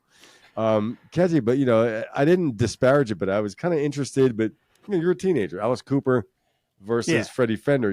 It's like yeah. And if you got an open mind, you think it's simple. You don't diss it, but you file it away somewhere. So yeah, you go, wow, this is really simple music when you're young. Like, oh, Alice Cooper, Boston is much more. Yeah, because you're a suburban teenager, but I'll be there before the. But I didn't mind. I wasn't afraid to admit that I liked hearing the Freddie Fender "Wasted Days and Wasted Nights" on the radio. I did too. I did too. Yeah. Wasted days and wasted nights. Yep. Yeah. So that was pretty much the Doug song. I'm going to read you a section from Robert Christgau, that most difficult of rock journalists. New York Times reviewer. And I had a little quote here from him. Yeah, Sir Douglas Quintet. I have a sample when you're ready of Texas Tornadoes. Where'd it go? With Flaco Jimenez? Flaco. Oh, Host, man. can you correct the guy in? We don't do that. We don't correct the pronunciation. Remember, we don't do that anymore. Yeah, it's Sir Flaco Jimenez. Sir Flaco Jimenez. Mm-hmm. Sir Flaco, will you please report to holding? No, I can't. I had it queued up. I'll provide some background music. Mark. Hey, baby, there we go. Oh, that's a big hit. I got it. That's a big hit by Texas Tornadoes. Yeah. It's not infectious. Mexican polka. Yeah, it is. Yeah. Okay, so this is what Robert Christgau in his record guide, Rock Albums of the 70s, he wrote, "The hallmark of Doug Som's warm, reliable, steady rocking Tex-Mex is that it always sounds like you've heard it before. Not the lyrics, which Doug just jotted down on some rolling papers 5 minutes ago, but the riffs. This can drive you crazy. When the mood is right, though, it gives the music a kind of folkish inevitability that doesn't get boring because Tex-Mex is such a stew of influences." Yeah. And that's kind of like, you could think, I could say, I've heard that at a Mexican restaurant. But when you listen and start listening, it's a different thing. It's so much more. Yeah, it's so much more. Yeah. But I wasn't knocking that when I made that comment. It was just basically saying, like, what comment? You hear it at a Mexican restaurant, which there's nothing wrong with that. Nothing wrong with that. Yeah. Thinking like the average American music listener. This is why people like this are kind of niche-y. They're not wearing those suits, with sombreros while they're playing. Right. Which is why we're a bunch of elitist pricks. Well, speak for yourself. Listen, in the 90s, I did a deep dive when I worked at CPI in Perry. I was your neighbor. I was buying those kind of CDs from all these Mexican bands. I loved them. Yeah. I still have them somewhere. I got to find them. But then when I saw Austin City Limits and I see this Texas Tornadoes, I'm like, holy shit. They got rock. They got Freddie Fender. And that's when I was introduced to Doug Som from Austin City Limits. I was like, wow. Well, can you play that song, Mark, that you were just playing? Que Paso.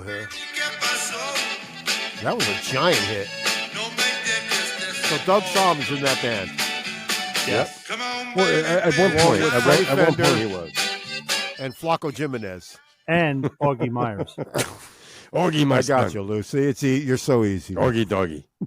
By the way, Augie Myers played, and I follow him. I really like him. He played on Love and Theft and Bob Dylan. Time Out of Mind from Bob Dylan's records. Yeah. Among Raul Malo, he played on a couple of his albums. He's more of a producer, and I think Flaccid Jimenez has done something else, hasn't he? Well, solo. They're those guys. I never knew he was an accordion. I bet he's funny in real life because. Listen, I've seen them in Austin City Limits. They're really good. They're really good and tight. Yeah. Texas Tornadoes are going to reform. Mark my words. Okay. You hear me? They're all still alive. My words. They're all still alive except for Freddie Fender. But if it brings you happiness. If Augie Myers and Freddie Fender get back together, that's a Texas Tornado. I don't know if Freddie Fender's still alive, is he? Freddie Fender died quite a few years ago. Yeah. But actually, the Texas Tornadoes were Freddie Fender. This is a kind of a conglomeration. Freddie Fender, Flaco Jimenez, Augie Myers, Doug Somm, Sean Somm, which is Doug Somm's son, Louis Ortega, who was the man called Louis and the Lovers. He's kind of like a mainstay of that band now. Ernie Durawa and a guy named Speedy Sparks. Speedy. But what's cool, as far as the Sir Douglas Quintet, in 2006, they were inducted into the Rock and Roll Hall of Fame. That's interesting because 2006 was how long ago? I mean, almost 20 years ago. Yeah. And by the mainstream, they're really not well known. So his influence and his position, that's good. Yeah, yeah. It is good. It is good. His position in Texas, he's exalted. He's up there with Kinky Friedman, ZZ Top, Willie Nelson, Del Gilmore, all these guys. He's up there. In fact, they would probably nod their hats to him because he was doing it a lot Townes Van earlier. Zandt. Townes Van Zandt, yeah. Yeah. I also Don Henley. I looked up Don Henley. I looked at there's a shit. Texas is interesting, guy. I knock it as a state sometimes, but Stevie Nicks is from Texas. Stevie Nicks. I thought she was from Arizona or like the southeast. I thought she was from Arizona. Texas is there's so much stuff coming out. I'm a Townes Van Zandt fan. You know, he recorded that Dylan song, "When God Gave Names to All the Animals from the Beginning." Yeah. I wanted to play some Dylan tonight, and the Dylan I wanted to play tonight was maybe next time we'll play it, but it was a song called "When You Gonna Wake Up." And it was the one where Mark Knopfler was the lead guitar player on the album. Mark Knopfler, they recorded at Muscle Shoals. So was that from his Saved album or his This was when he was in his Born Again Christian sort of soul. Yeah, that was the album Mark Knopfler produced, probably. Mark Knopfler. I don't know if he produced it. I think it was produced by what's his name from Atlantic Records. Jerry Wexler produced it. I thought he produced it, and he was only 2 Dire Straits albums. He was a young guy. And he got tapped. Well, this particular one, Jerry Wexler produced it in Muscle Shoals, and Mark Knopfler was the guitar player, and even I think maybe the drummer from Dire Straits was on the record too. I think it's the same record we're talking about. It was Pick Withers on drums. It's got Serve Somebody on it. Yes, that's the record. Right? Yeah, I think that was called Stay. But I think it was Mark's looking for it now. I thought it was produced by Jerry Wexler. I think it was produced by Knopfler because people thought when Sultans of Swing came out, everyone thought that it was a Bob Dylan knockoff or Bob Dylan. So Bob Dylan. Which album are we talking about? It's like whatever one had Serve Somebody on it. Might have been called Out of Time or no, it's not Out of Time. It's it's either Saved. Nope. Give me another one. I'll tell you when you Slow Train Coming. Slow Train Coming. Slow Train Coming is the record. I thought it was Jerry Wexler produced it. Okay, it was produced by Barry Beckett and Jerry Wexler. It was. Yes. Okay. But look at the personnel: Mark Knopfler, right? Pick Withers on drums. Holy shit! This is a long article. Is John Illsley on bass? Let's see. Pick Withers drums. No, the bass was played by Tim Drummond. Tim Drummond, okay. By the way, when I show the clip next time, Tim Drummond is fantastic bass player. Yeah, he is. Yeah. Was good friends with Jim Keltner too. Sure. Yeah. Jim Keltner's birthday. They even had a duo. It was called Tim and Jim. Guys, happy birthday to Jim Keltner. Oh, happy birthday to Jim Keltner. Yeah. It was yesterday. His birthday was yesterday. 82, I think. Cool. The great Jim Keltner. I listened to a Jealous Guy. I like. So you talk about the kick drum thing, like you mentioned last week. I've stolen that from him. Now I'm being gauche. Stolen it from him. I stole that bar. I've used that in songs. Harry, on our song on my virtualizer. When I'm down, that song we wrote. Yeah, I do that on the bass drum because I heard Jim Keltner do that on Jealous Guy. Now I'm a douchebag. Well, I think it's tasteful. Listen, I had a clip that I wanted to show tonight, but we'll show it hopefully next time. Let's talk about it next week. Bob Dylan singing "When You Gonna Wake Up," right? Tim Drummond is on bass, and this guy's out of control. Jimmy Keltner is the drummer. Good kid. Spooner Oldman is the piano player, and this is incredible how tight these guys were. Mm-hmm. Mark Knopfler wasn't there, of course, because this is 1979. Dire Straits is huge, you know. Tour. Right. So they had a different guitar player there, but Jerry Wexler produced that record. You Got to Serve Somebody or Slow Train Coming. Yeah. Wow. Okay. Going back, just want to confirm a couple things to you. Mm-hmm. Stevie Nicks was born in Phoenix, Arizona. her partners were Lindsey Buckingham, Don Henley, and Joe Walsh. I love that list. I just had to say that. What do you mean? Her Partners. romantic? Yeah. Oh, okay. I don't care about that. I care. Okay. Why don't you care? I care about her personal life. I care about her music. I have them all. And as far as touching on Texas again, it's amazing. And I learned this from Willie taught me this about Texas. We all look at Texas now as a state of very not accepting, right? But that's not true. Texas is very accepting. It's a melting pot. And I think what Lou brought up with this Doug Somm it pulls the sticker off music in Texas. It's probably the greatest melting pot in this country is Texas. Yep. Austin, there's a reason why their music scene is so good. Texans generally are accepting of all cultures, generally, Yeah, and as far as the arts. When you used to be your own country, that's more people than we think are accepting. It's just we here, Right. but if it wasn't for Texas, think of what we wouldn't have, like the music we got because of Texas. Like wouldn't have the outlaw movement. Yeah, we would have. Everything would be slick Nashville like it is now. But Buddy drink Holly, a Coors Light. I can't picture no Buddy Holly. Yeah, Steve Earle. Yeah. Steve Earle's a Texan, right? Steve Earle. Is he? Yeah. I thought he was from Appalachia. ZZ Top. Yeah. I mean, it goes. How about the greatest Texas band of all time, Brownsville Station. The worst. Brown stains in my pants. That's the worst. One novelty song. Wasn't the 13th Floor Elevators, or what was the band that Ed King was in? They were from California. Yeah, They were from California. California. Okay. Yeah. He was a California guy who moved to the Southeast. And if you look at those early pictures of Skinner, he doesn't look like he looks like you could tell image wise and attitude. He doesn't look like he fits, He wasn't a redneck. How about this one? Steve Miller. Steve Miller is a Texan. Yeah. He wasn't a roughneck. Yeah. Well, Steve Miller was born. I like Steve Miller. I do. I think he grew up in Chicago. I know you don't. I don't. I think it was too slick, man. Well, if you think of Abracadabra, now Fly Like an Eagle is not a slick record. In fact, but even Jet Liner and stuff, it's like, it's not slick. But it's weird. Those two records, that was for the most part a three-piece band. Kind of weird. But no, where he fucked up, where he said that when he did Fly Like an Eagle, he goes, everything that has been said with the guitar for rock and roll has already been said, and then Van Halen comes out. I got to tell you, I appreciate Steve Miller for laying into the Rock and Roll Hall of Fame, man. When he got nominated, when he got inducted, he laid into fucking Jan Werner and those guys. But if you look back, the late '60s, like I think Space Cowboy is a great song. Yeah, I don't like it.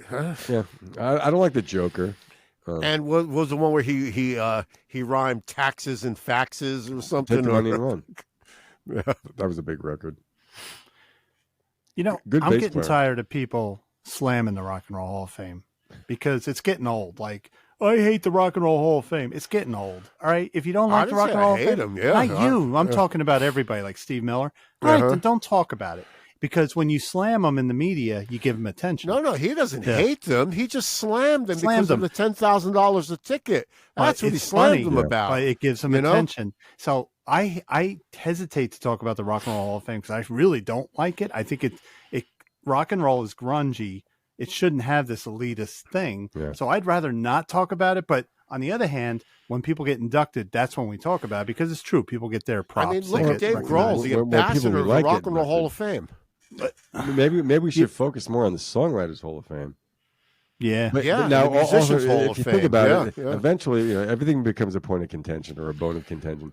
Right? How many songwriters that we think should be? Because we never really looked at it. How many songwriters that we think should be at this point are not in? Because I don't know. Yeah. I think America is in there as songwriters. Good point. The Relish Hall of Fame. You know what? You look at everyone inducted into the Rock and Roll Hall of Fame. If they weren't inducted, their legacy still stands. Like if Peter Frampton wasn't inducted, he's still Peter Frampton. But the Songwriters Hall of Fame is so much more important. I think if you're inducted, that ratifies what you did as a songwriter. Exactly. And if you're not inducted, that's a slam. But it's much more important. My prediction, it's going to be the cool thing now. It'll be the cool thing in the next couple of years to be in the Songwriters Hall of Fame. Yeah. And now when the Rock and Roll Hall of Fame becomes a total candy cotton candy show. Now the Songwriters Hall of Fame will be a shit show because it's going to transfer. It's going to lump onto that, and every schmuck will be in. I just say, like, the inductees, that's great to talk about because they do deserve it. The ones that get in, not all, we know not all deserve it, but it's like, but when people go, I'm starting to see it's clickbait. You go on Facebook or anything and you go, Ozzy Osbourne says the Rock and Roll Hall of Fame is shit. You click on it, but you got the Rock and Roll Hall of Fame in your head. So of course he's going to change his tune because he got inducted now. Exactly. But the Songwriters Hall of Fame, I mentioned it recently. REM and Steely Dan, Becker and Fagan are getting in the Songwriters Hall of Fame, and well deserved. Won't be $10,000 a ticket for that ceremony if there is even one. Right. Yeah. Event not now, but when it becomes a cool thing to be in. Yeah, now, they won't even televise. So I wonder. We should look into this. Who runs the Songwriters Hall of Fame? Is it some of the same people? Is it not? And what is the criteria? Is it 25 years? I don't think it's the same people. Is it 25 years? No, I don't think so. Yeah, I was thinking the Musicians Hall of Fame, same thing. James Burton was in the Musicians Hall of Fame before he was in the Rock and Roll Hall of Fame. He should be in all of them. The Instrumentalist Hall of Fame. It's a crying shame. Yeah. Oh, what a crying shame. When John Wiener wrote his book, he didn't interview any women or black artists. I was thinking, I heard a Joan Jett song. It was a remake of the Runaways song. He could. There's two women he could have interviewed, Chrissie Hynde and Joan Jett, and they could have given just as much of a historical perspective of rock and roll as Bruce Springsteen or anyone else. But so that's Chrissie Hynde probably would have told him to fuck off. First off, probably. Yeah. But I was thinking, as far as credibility, as far as a sense of history, a sense of the importance of rock and roll, not dance, not this. That's why we said Madonna probably wouldn't be a valid candidate as a woman. Just because she's not that realm, she would not. It's I think Chrissie Hynde and Joan Jett, they have the gravitas as rock and roll musicians to weigh in just as much as anybody else. Yeah. But do you know who the chairman of the? You know who the chairman of the Songwriters Hall of Fame is? Who? Nile Rodgers. Nile Rodgers. I said that just a couple of weeks ago. You did. Yep. Yeah. And Paul Williams is a director. He's the director. I think past chairman, Jimmy Webb, 2010 to 2014. Frank Sinatra. This is heavy stuff. That's important. Yeah. Hal David. You don't see this on television either. No, you don't. Or streaming. Yeah. All right. I don't see Jimmy Iovine in here. I don't have a problem with Jimmy Iovine. Look how many records he's produced. He made some great records. He just went to the other side. It's about the money, know, and like David Geffen. You know why? Because when you get to a certain point, all these new producers, he's not producing records now, is he? Right. So once you start Interscope Records, or you're a mogul. Yeah. He won't sully his hands producing, going and arguing with a drummer about whether he was good for the band or not. Now, it's weird. I've heard some live stuff from Stan Lynch, and it was kind of stiff. It didn't sound bad, but one thing he said was he thought for most of his career, Tom Petty, he felt that his playing was kind of stiff up until Mary Jane's Last Dance. Oh, yeah. But when I listened, that's a great jam, Mary Jane's. The drumming is fantastic, but I wasn't. It's funny when I heard that I wasn't sure if it was Stan Lynch or Steve Ferroni. And that's no baloney. So I'm going to buy I'm going to order the Desmond Child book. Cool. I think it's going to be a good read. Give us a review when you get it. And if his band, his band was about wine, it would be Desmond Child and Tinto. Speaking of wine, you were spared nothing for a laugh, Lou. You're shameless. Absolutely. Nothing for anything for a laugh. Sheckies on Tuesday night. Sheckies. I make no bones about it. I'm pure in my unabashedness. Yep. The comic stylings of Lou Colicchio, ladies and gentlemen. The comedic stylings of Lou Colicchio. Everybody loves a clown. How come I don't? Hey, Perry, the way we see it, if we're having a bad show and we're like in the doldrums, Lou's going to crack those jokes. He's going to keep the show going. It's going to bounce along, man. This has been this has been a good show. It's been a good show. Do we have anything else? Because I'm tapped Perry's out. Got something. I got nothing. I'm out. You got Iron Mountain? Got nothing, dude. I think we're going to do that for next time. We'll try for next time. Yeah. We've had, you know what? technical things. No, I pop got up. something. What you got, man? I got something really quick. And you guys may say to me, "Oh, we knew this for years," but I read something that was kind of interesting. I got something too. Okay, you want to go first? No, go ahead.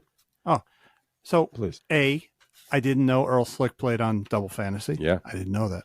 I didn't know that. All right, so slam me for that. Hey, but there's a little funny story I read. You knew that. You've been told that many times. You just forgot.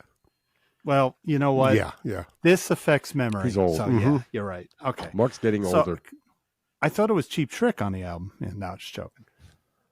So he first met John Lennon during the Young American sessions, right? And he said he was so high when he met him, he doesn't remember meeting him. So when he got hired for the sessions for Double Fantasy, he got to the studio early. He said he wanted to get a cup of coffee and a smoke and just chill out before everyone came in. And he went in the studio and John Lennon was there. And he introduced himself, and John Lennon was like, why are you introducing yourself? And he said he thought he was going to get kicked out because of that. He honestly didn't remember meeting him. If you don't remember meeting John Lennon or any Beatle, you were really high. That's bad. So, they started the album, and they said they had a great time with him, but they would jam a lot. And every day, John would break into some 50s or 60s thing, Eddie Cochran or Buddy Holly. We'd all join for a while. And he said once in a while, Hugh McCracken and I would start playing a Beatles song, and John would go, "Cut the shit out." Oh. Then what that really got to him was they would play "She's a Woman," which was a McCartney song. They were playing yesterday. I love that. I think that's cool. But he was hired to tour for Double Fantasy. He was going to be a part of Lennon's band, but he had recently signed a solo deal with Columbia Records. So he told Lennon, "I don't think I can do it. I signed a deal." Well, Lennon's people called Columbia and said, "We want Earl Slick to play with John Lennon." Columbia were like, "Fine, we'll delay his album because it's easier to sell an album from a guy that played for John Lennon." Yeah. So had John Lennon lived, that would have been a pretty good tour. Well, Lennon was on Geffen. Double Fantasy was on Geffen. So David would have gotten a cut of something. I also think Earl Slick's solo career would have been like Hiram Bullock from the early David Letterman band putting out an album. Well, I got one of his solo albums. Earl Slick? Yeah, and remember in like the 90s, the Shredder albums, the solo guitar albums where everyone shred. Earl Slick went into that for a while. Yeah. And it was good stuff. I mean, it's bluesy, but he was playing very technical. Yeah. More of a vanity project maybe, or just maybe more true to what he wants to do. If you can play like that, you can, why not do it? But, also he replaced Stevie Ray Vaughan on the Let's Dance tour. So when Stevie Ray backed out, Earl Slick became the guitar player. Yeah. And poor Stevie. I felt for Stevie because he went to the rehearsals, and the other guy, who was the other guy that was David Bowie's musical director? Carlos Alomar. Yeah. So they were musical Chris snobs. And Sir Chris Amler. Stevie couldn't read a note of music. I can't read music. So they were making his life hell. They would put stuff in front of him with a million notes. They play this now. They were picking on him. That's why he left. Not rock he wanted and roll. to go back to Texas. Yeah, he was in Hawaii and he was so homesick, so he left and he went back to Texas. I felt bad when I read that, But why? You shouldn't feel bad. I mean, he ended up doing what he wanted to do. He wanted to be Stevie Ray Vaughan. He didn't want to be, but limited to just play. They wouldn't let him be himself. Right. He had to service the song. He had to service that song. But what he was saying, he wasn't famous yet, so he was a little Stevie Ray Vaughan, and he's homesick. He's away from home. And he just wanted to play music, and he thought he was going to play something. And here's these assholes. And I'm not going to say Carlos Alomar, but they were picking on this guy. And, he's like, fuck this. I want to go home. And it's look what he became. Look what he became. I think he would have been the same had he done that tour. He probably would have had more of an opportunity to record. Like he would have had that first album, Texas Flood, whether he did Bowie's tour or not. He would have had a little more money in his pocket. I don't think he would have fit in with the band though, because David Bowie does so many different kinds of music. Yeah. I don't know where he would have fit with I came across someone today. Fit with the Diamond Dogs material. He wouldn't have fit with the young. Like having modern day Hendrix in your band. Yeah, exactly. But Stevie Ray Vaughan wouldn't have been on Diamond Dogs. He wouldn't have been on any of that. It was just that record. Yeah. But he would have had to have been out there for the whole show. So like Peter Frampton, when he played with David Bowie, he was out there for the whole show. And he was fitting in. But Peter Frampton can fit in with different kinds of music. Stevie does. He's like a Nicolas Cage. He acts one way. If you can make the movie work for him, if you can make the music work for him, it works. Yeah, but Stevie Ray Vaughan played on Let's Dance. Did he play on the rest of the record or just that song? Couple songs. Yeah. All right, a couple of songs. Yeah. Yeah. But he was going to be on that whole tour, so he's going to play the whole 2-hour show.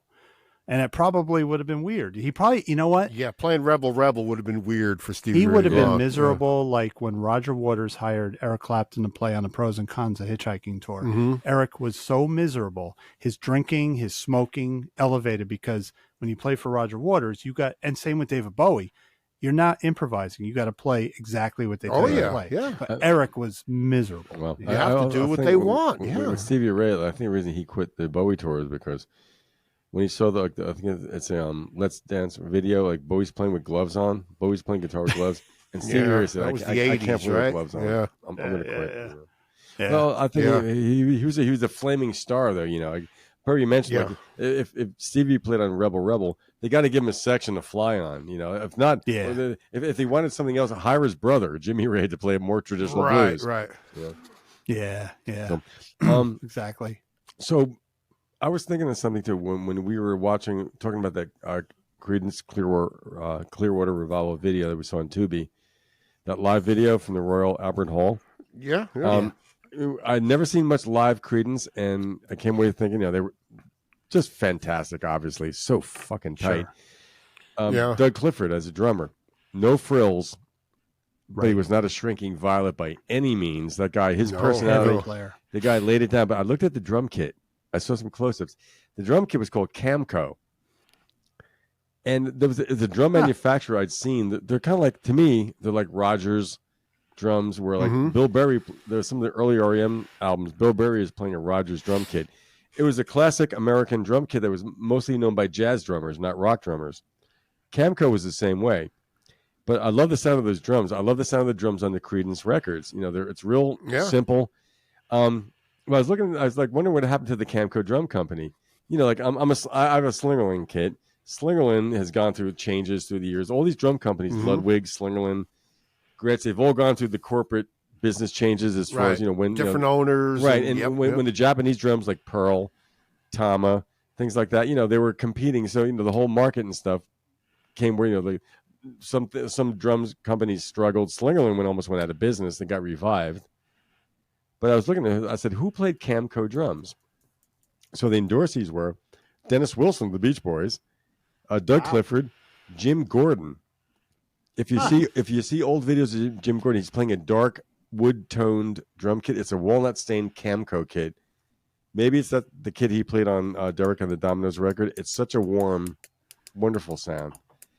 And he was such a great drummer, he couldn't sound bad on anything. But the drummer from the Tijuana Brass, Nick Chiroli, played them. Dave Maddox from Fairport Music Convention. And Jethro Tull. And a guy named Alice Cooper's band in 1975 on the Welcome to My Nightmare concert album. There's a guy named Pentti Glenn. I think he was like Swedish or something. He's playing a Camco kit, but he's got the bass drums are like floor tom-toms.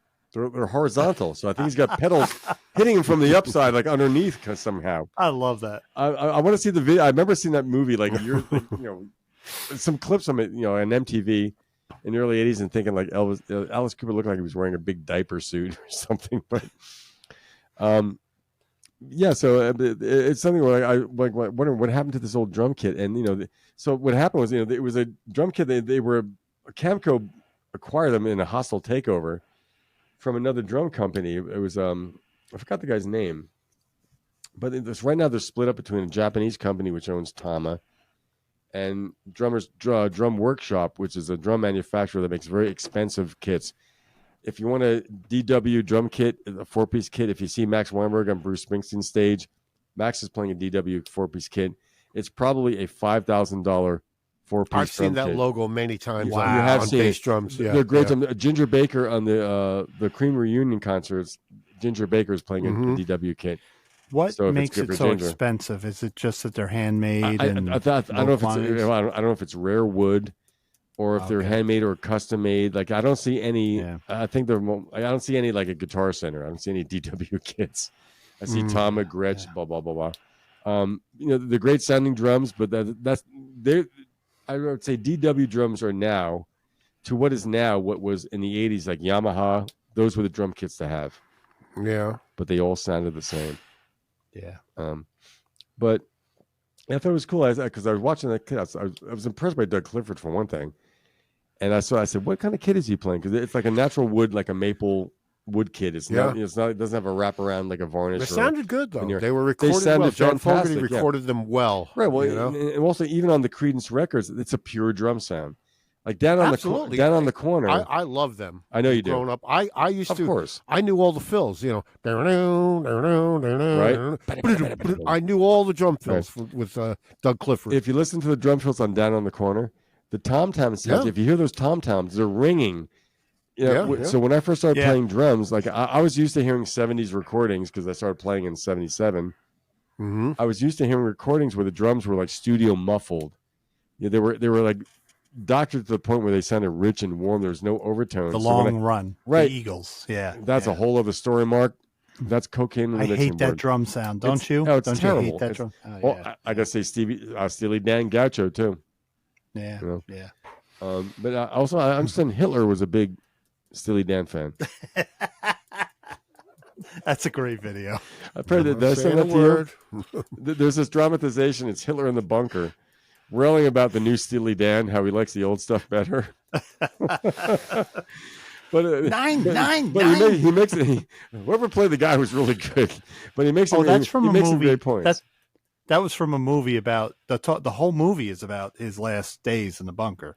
I forgot the name of it. It was a German movie. It's all in German. Okay. Yeah. So, by the way, Lou, on that video, I don't know if you noticed it, but what I love about it is because it's an English crowd, so they're really quiet between songs.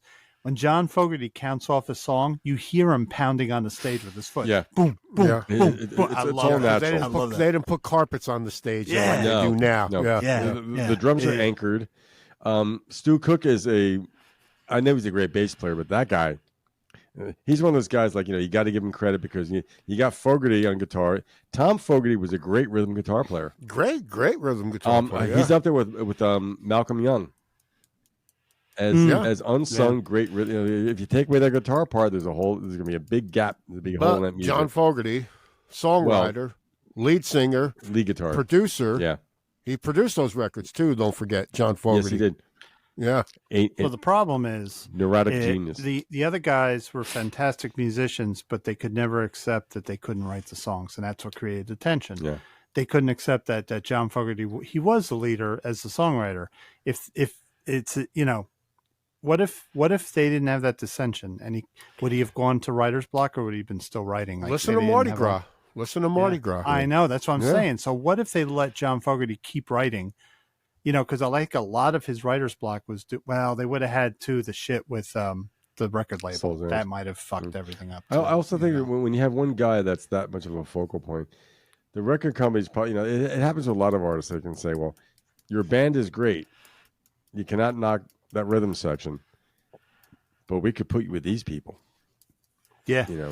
If you look at Robbie Robertson's first solo record, it was the cream. It was the cream of the crop of '80s session guys. Omar Hakim or Manu Katché, Tony Levin. If they say you can get what you can get, and John Fogerty had visions. He's a visionary. I don't think Creedence had that issue though. I think the band was just done. I mean, don't forget. Well, by the time they did Sweet Hitchhiker, they were only 3-piece. Tom Fogerty already left the band. So, why did Tom leave the band? I don't know why he left the band, but he left the band. Because I don't think it was ego, because I saw on the Creedence documentary, Tom's talking about John saying he's got this amazing vision, these songs that he writes. I think Tom was just glad to be there. Tom was the original singer, lead singer. Yeah, in the earlier days when they were the Gollywogs, even before that, they were the Blue Velvets. Right. Tom was the leader. He was the older brother. Right. And then, of course, when they how can you, John Fogerty? You can't stop that talent. You can't stop. You can't. But Tom didn't have a problem with it. So I'm wondering. I'm wondering, because I don't know not much about their inner history. Like, what made him leave? Did something? Well, what I read about Fogerty's autobiography, as far as the band, what he said was that Doug, the other two guys, had an issue. They wanted to write songs, and he thought that he was stomping on them. He also admitted, he said, looking back, I was a bit of a tyrant at times. But I think that if the other two guys had just accepted, we're playing music, we don't need to write songs, it could have continued, you know. Ego. But they wanted to write songs, and like Perry, like you said, Mardi Gras.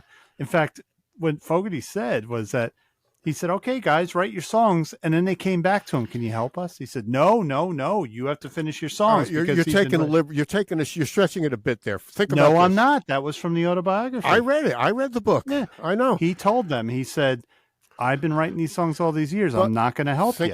Think about Paul McCartney, right? Getting on George Harrison. I wrote the song. I know what I kind of want about it. George may have a problem with what is being asked of him. Same thing with John Fogerty. You know what I mean? He's going to have to tell what we need on Proud Mary. He's going to have to tell Doug what we kind of need. Yeah. You know what I mean? But what Fogerty was talking about. So if that's being a tyrant, okay. No, he was talking. Yeah, I know. But what he talking about them writing songs, it was that Mardi Gras session where they actually couldn't finish writing their songs. And he said, hey, you know what? I will play guitar on your song. Yeah, exactly. But I'm not going to help you write them. Yeah, I've been writing these songs all these years. I've come up with a tremendous amount of songs. Now you guys wanted to write your songs, and now you come back to me. That's not being a tyrant. That's saying I'm done with you. I get it. But if those two guys accepted, the parallel there could be like the Police, where Andy Summers wrote songs, Stuart Copeland wrote songs and soundtracks. Yeah. Sting wrote songs, but as the Police, it's like John Fogerty had all those songs. Sting had all those songs. Stuart Copeland had certain songs, and they weren't. It wasn't Bombs Away in Old Bombay. Yeah, but it wasn't the same thing. It wasn't a Proud Mary. It wasn't a Fortunate Son. So I think the Eagles probably took a lesson from that and said, "Okay, everyone's got talent. Everyone can write legitimate songs. Your songs aren't bad, but this is the band that we are in. Is Creedence going to do the Jazz Odyssey like they had in Spinal Tap? Right. You remember when they gave Harry Shearer his bass song? I mean, are you going to be that kind of band where because you're in this band, we're going to throw you a bone? So Creedence was the songs of John Fogerty. Tom Fogerty didn't seem to have a problem with it.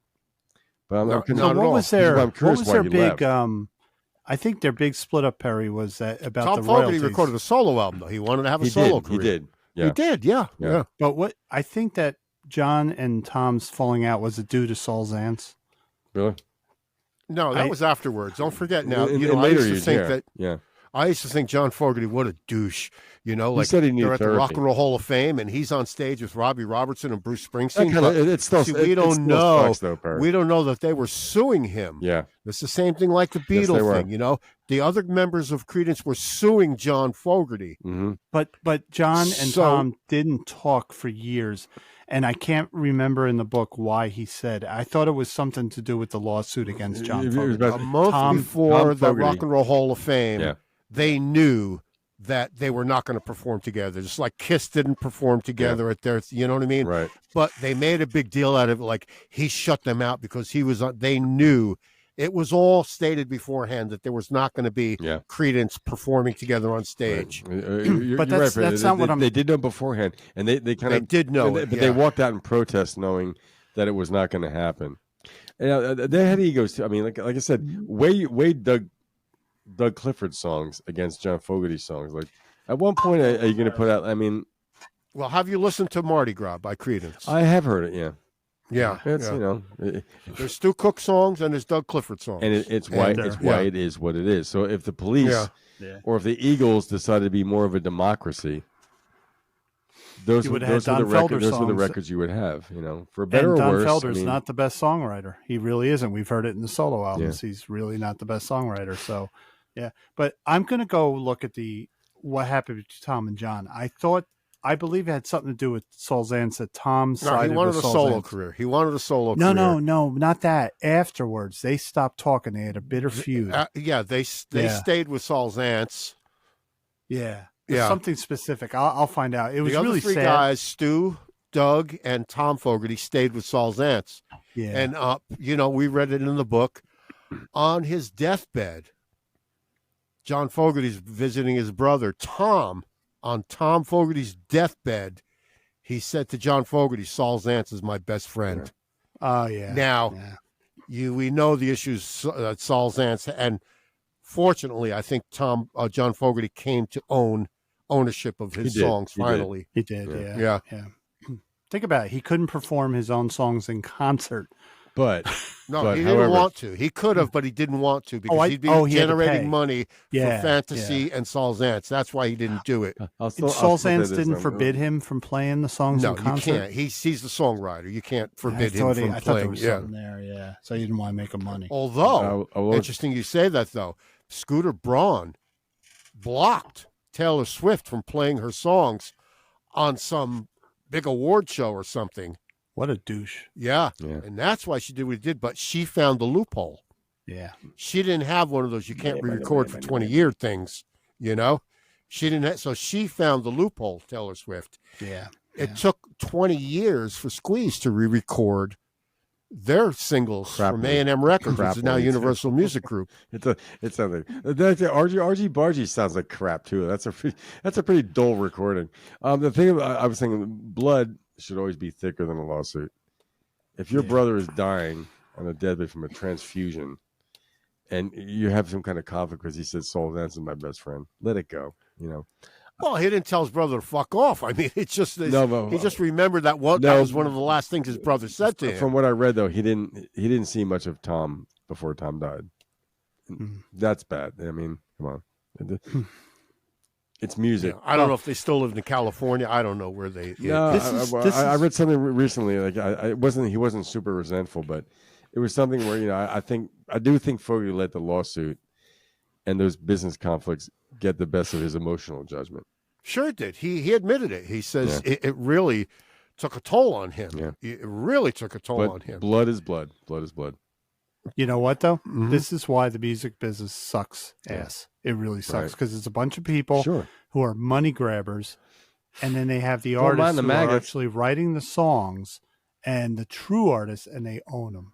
It's kind of like a rent. He had to bring his guitar into court and play Old Man Down the Road, and he's getting sued by Stu Cook, the bass player, and the other guys saying that it sounds too much like, you know what I mean? Yeah. It's like too much of Rather the Jungle, which they didn't write. Yeah. You know? Right. Yeah. This town's full of money grabbers. Don't mind the maggots. By the way, guys, this is the first on the Music Relish for 2024. There's thunder outside my window. It's the first thunderstorm of 2024. Really? On the Music Relish, yeah. Ooh, I got to go cover my car if it's going to rain. Well, I'm up here in Rockland. I'm up in the Great Northwest. Oh, you're in the country, yeah. Mark. Well, anyway, Lou, do you want to sign off? I think are we good? Are we done? Any more points to make? We're good. We're over 2 hours into this thing. Well, I think this was a nice show. I think we shared a lot and learned a lot and did a lot. Wait, I heard that when Lou finishes as a host, we got to get our visas out. Okay. Really? Lou, here's here. I'm sorry, it's the Italo Rock thing. I'm sorry. I thought you meant your visa, like to be in the country. Can you work in this country, Mark? No, I can't. I don't care. Years ago. I don't care if you jump off a boat. You're a hard worker.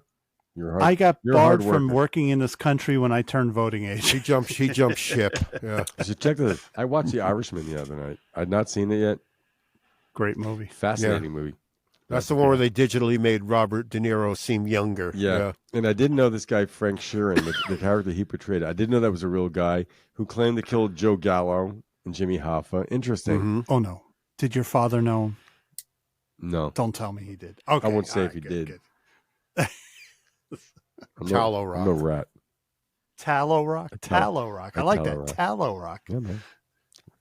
Rolling Stone Encyclopedia Rock and Roll. Ronnie James Dio with Tallow Rock. It's a coin term. Yeah. Okay, so why don't we roll some credits, or why don't we just give a list? We're done. Give a list of nothing to roll, man. We're out. Yeah. I'm hot. So I'm supposed to memorize where we can be seen on and heard on. Yeah. Sorry. Okay, pal. Spotify, YouTube, Pocket Cast, Odyssey, Google Podcast, Podchaser, Pod Motherfucker. Amazon Alexa, Amazon Music, Amazon Music. We're not on Overcast. X. We're on Overcast. What is? You keep saying that X. What is? Oh, that's Facebook. Or something, X is formerly Twitter, which I don't do Twitter. I don't tweet. We're not. Basically, I don't Twitter. I don't twatter. I don't do any of that stuff. Yeah, basically what you say is if you've been listening to us for 2 hours, whatever platform you're listening on, There you go. keep listening, subscribe. We would love it. Yeah. But if you find a more convenient platform, see if we're on it. We're on a lot of platforms. Maybe so one day we'll do a chances live are. stream. Yeah. But if you have any comments, I get too nervous. you so. can contact us on musicrelishshow@gmail.com. And thanks for being here. Yes, you can. Yep. I like how you said that. Music Relish Show. Gmail.com. And it's been fun. We talked about It a bunch has of been stuff great. tonight. We talked It was a about, great show. We talked about Doug Another Stamm. great show, guys. A lot of music history, a lot of music relish, some random stuff, some trivia. You know, it's always a mixed bag here at the Music Relish Show. I could have played the outro theme on my acoustic, but I can't reach it. So I'm up to my ass in threads. I got a Maury wig. Now he wants it. Careful with the tiara, kid. You break it, you bought it. What I do with my schlong is my own business. Taken out of context, nobody knows what you're talking about. This is these are quotes from the movie My Favorite Year, a nostalgic look at the early days of live television shows. 1954, my favorite year. Yeah. It was a year like no other. 54. All right, man, I'm out. No, so Hey. we cannot roll ending credits, can we? We're out. We're Nope, done. we're Yeah. out. We're done. We're done. Great show. Kaput. See you next. Oh, well, I'll talk to you guys after the show. I'll see you in 2 weeks. Mark's not going to be here next week. Okay. Good My night. son's birthday falls on our next show. Okay. How old is Anthony going to be? He's going to be 25. Damn, 25. halfway to 50. All Wow. right. Tell him I said that, too. And my daughter's coming up from Atlanta Nice. to celebrate it for the week. So Hey. Cool. Now, Okay, have a good time. In August, I turn 63 on a Monday. So that's no, Sunday. you turned 36. On that Sunday, we're going to have a birthday party. On Cool. August, Yeah. August 18th will be my birthday party. That'll be a great show. Or not. Good night, all. Good night, everybody. Birthday party for Lou in August. Good night, all.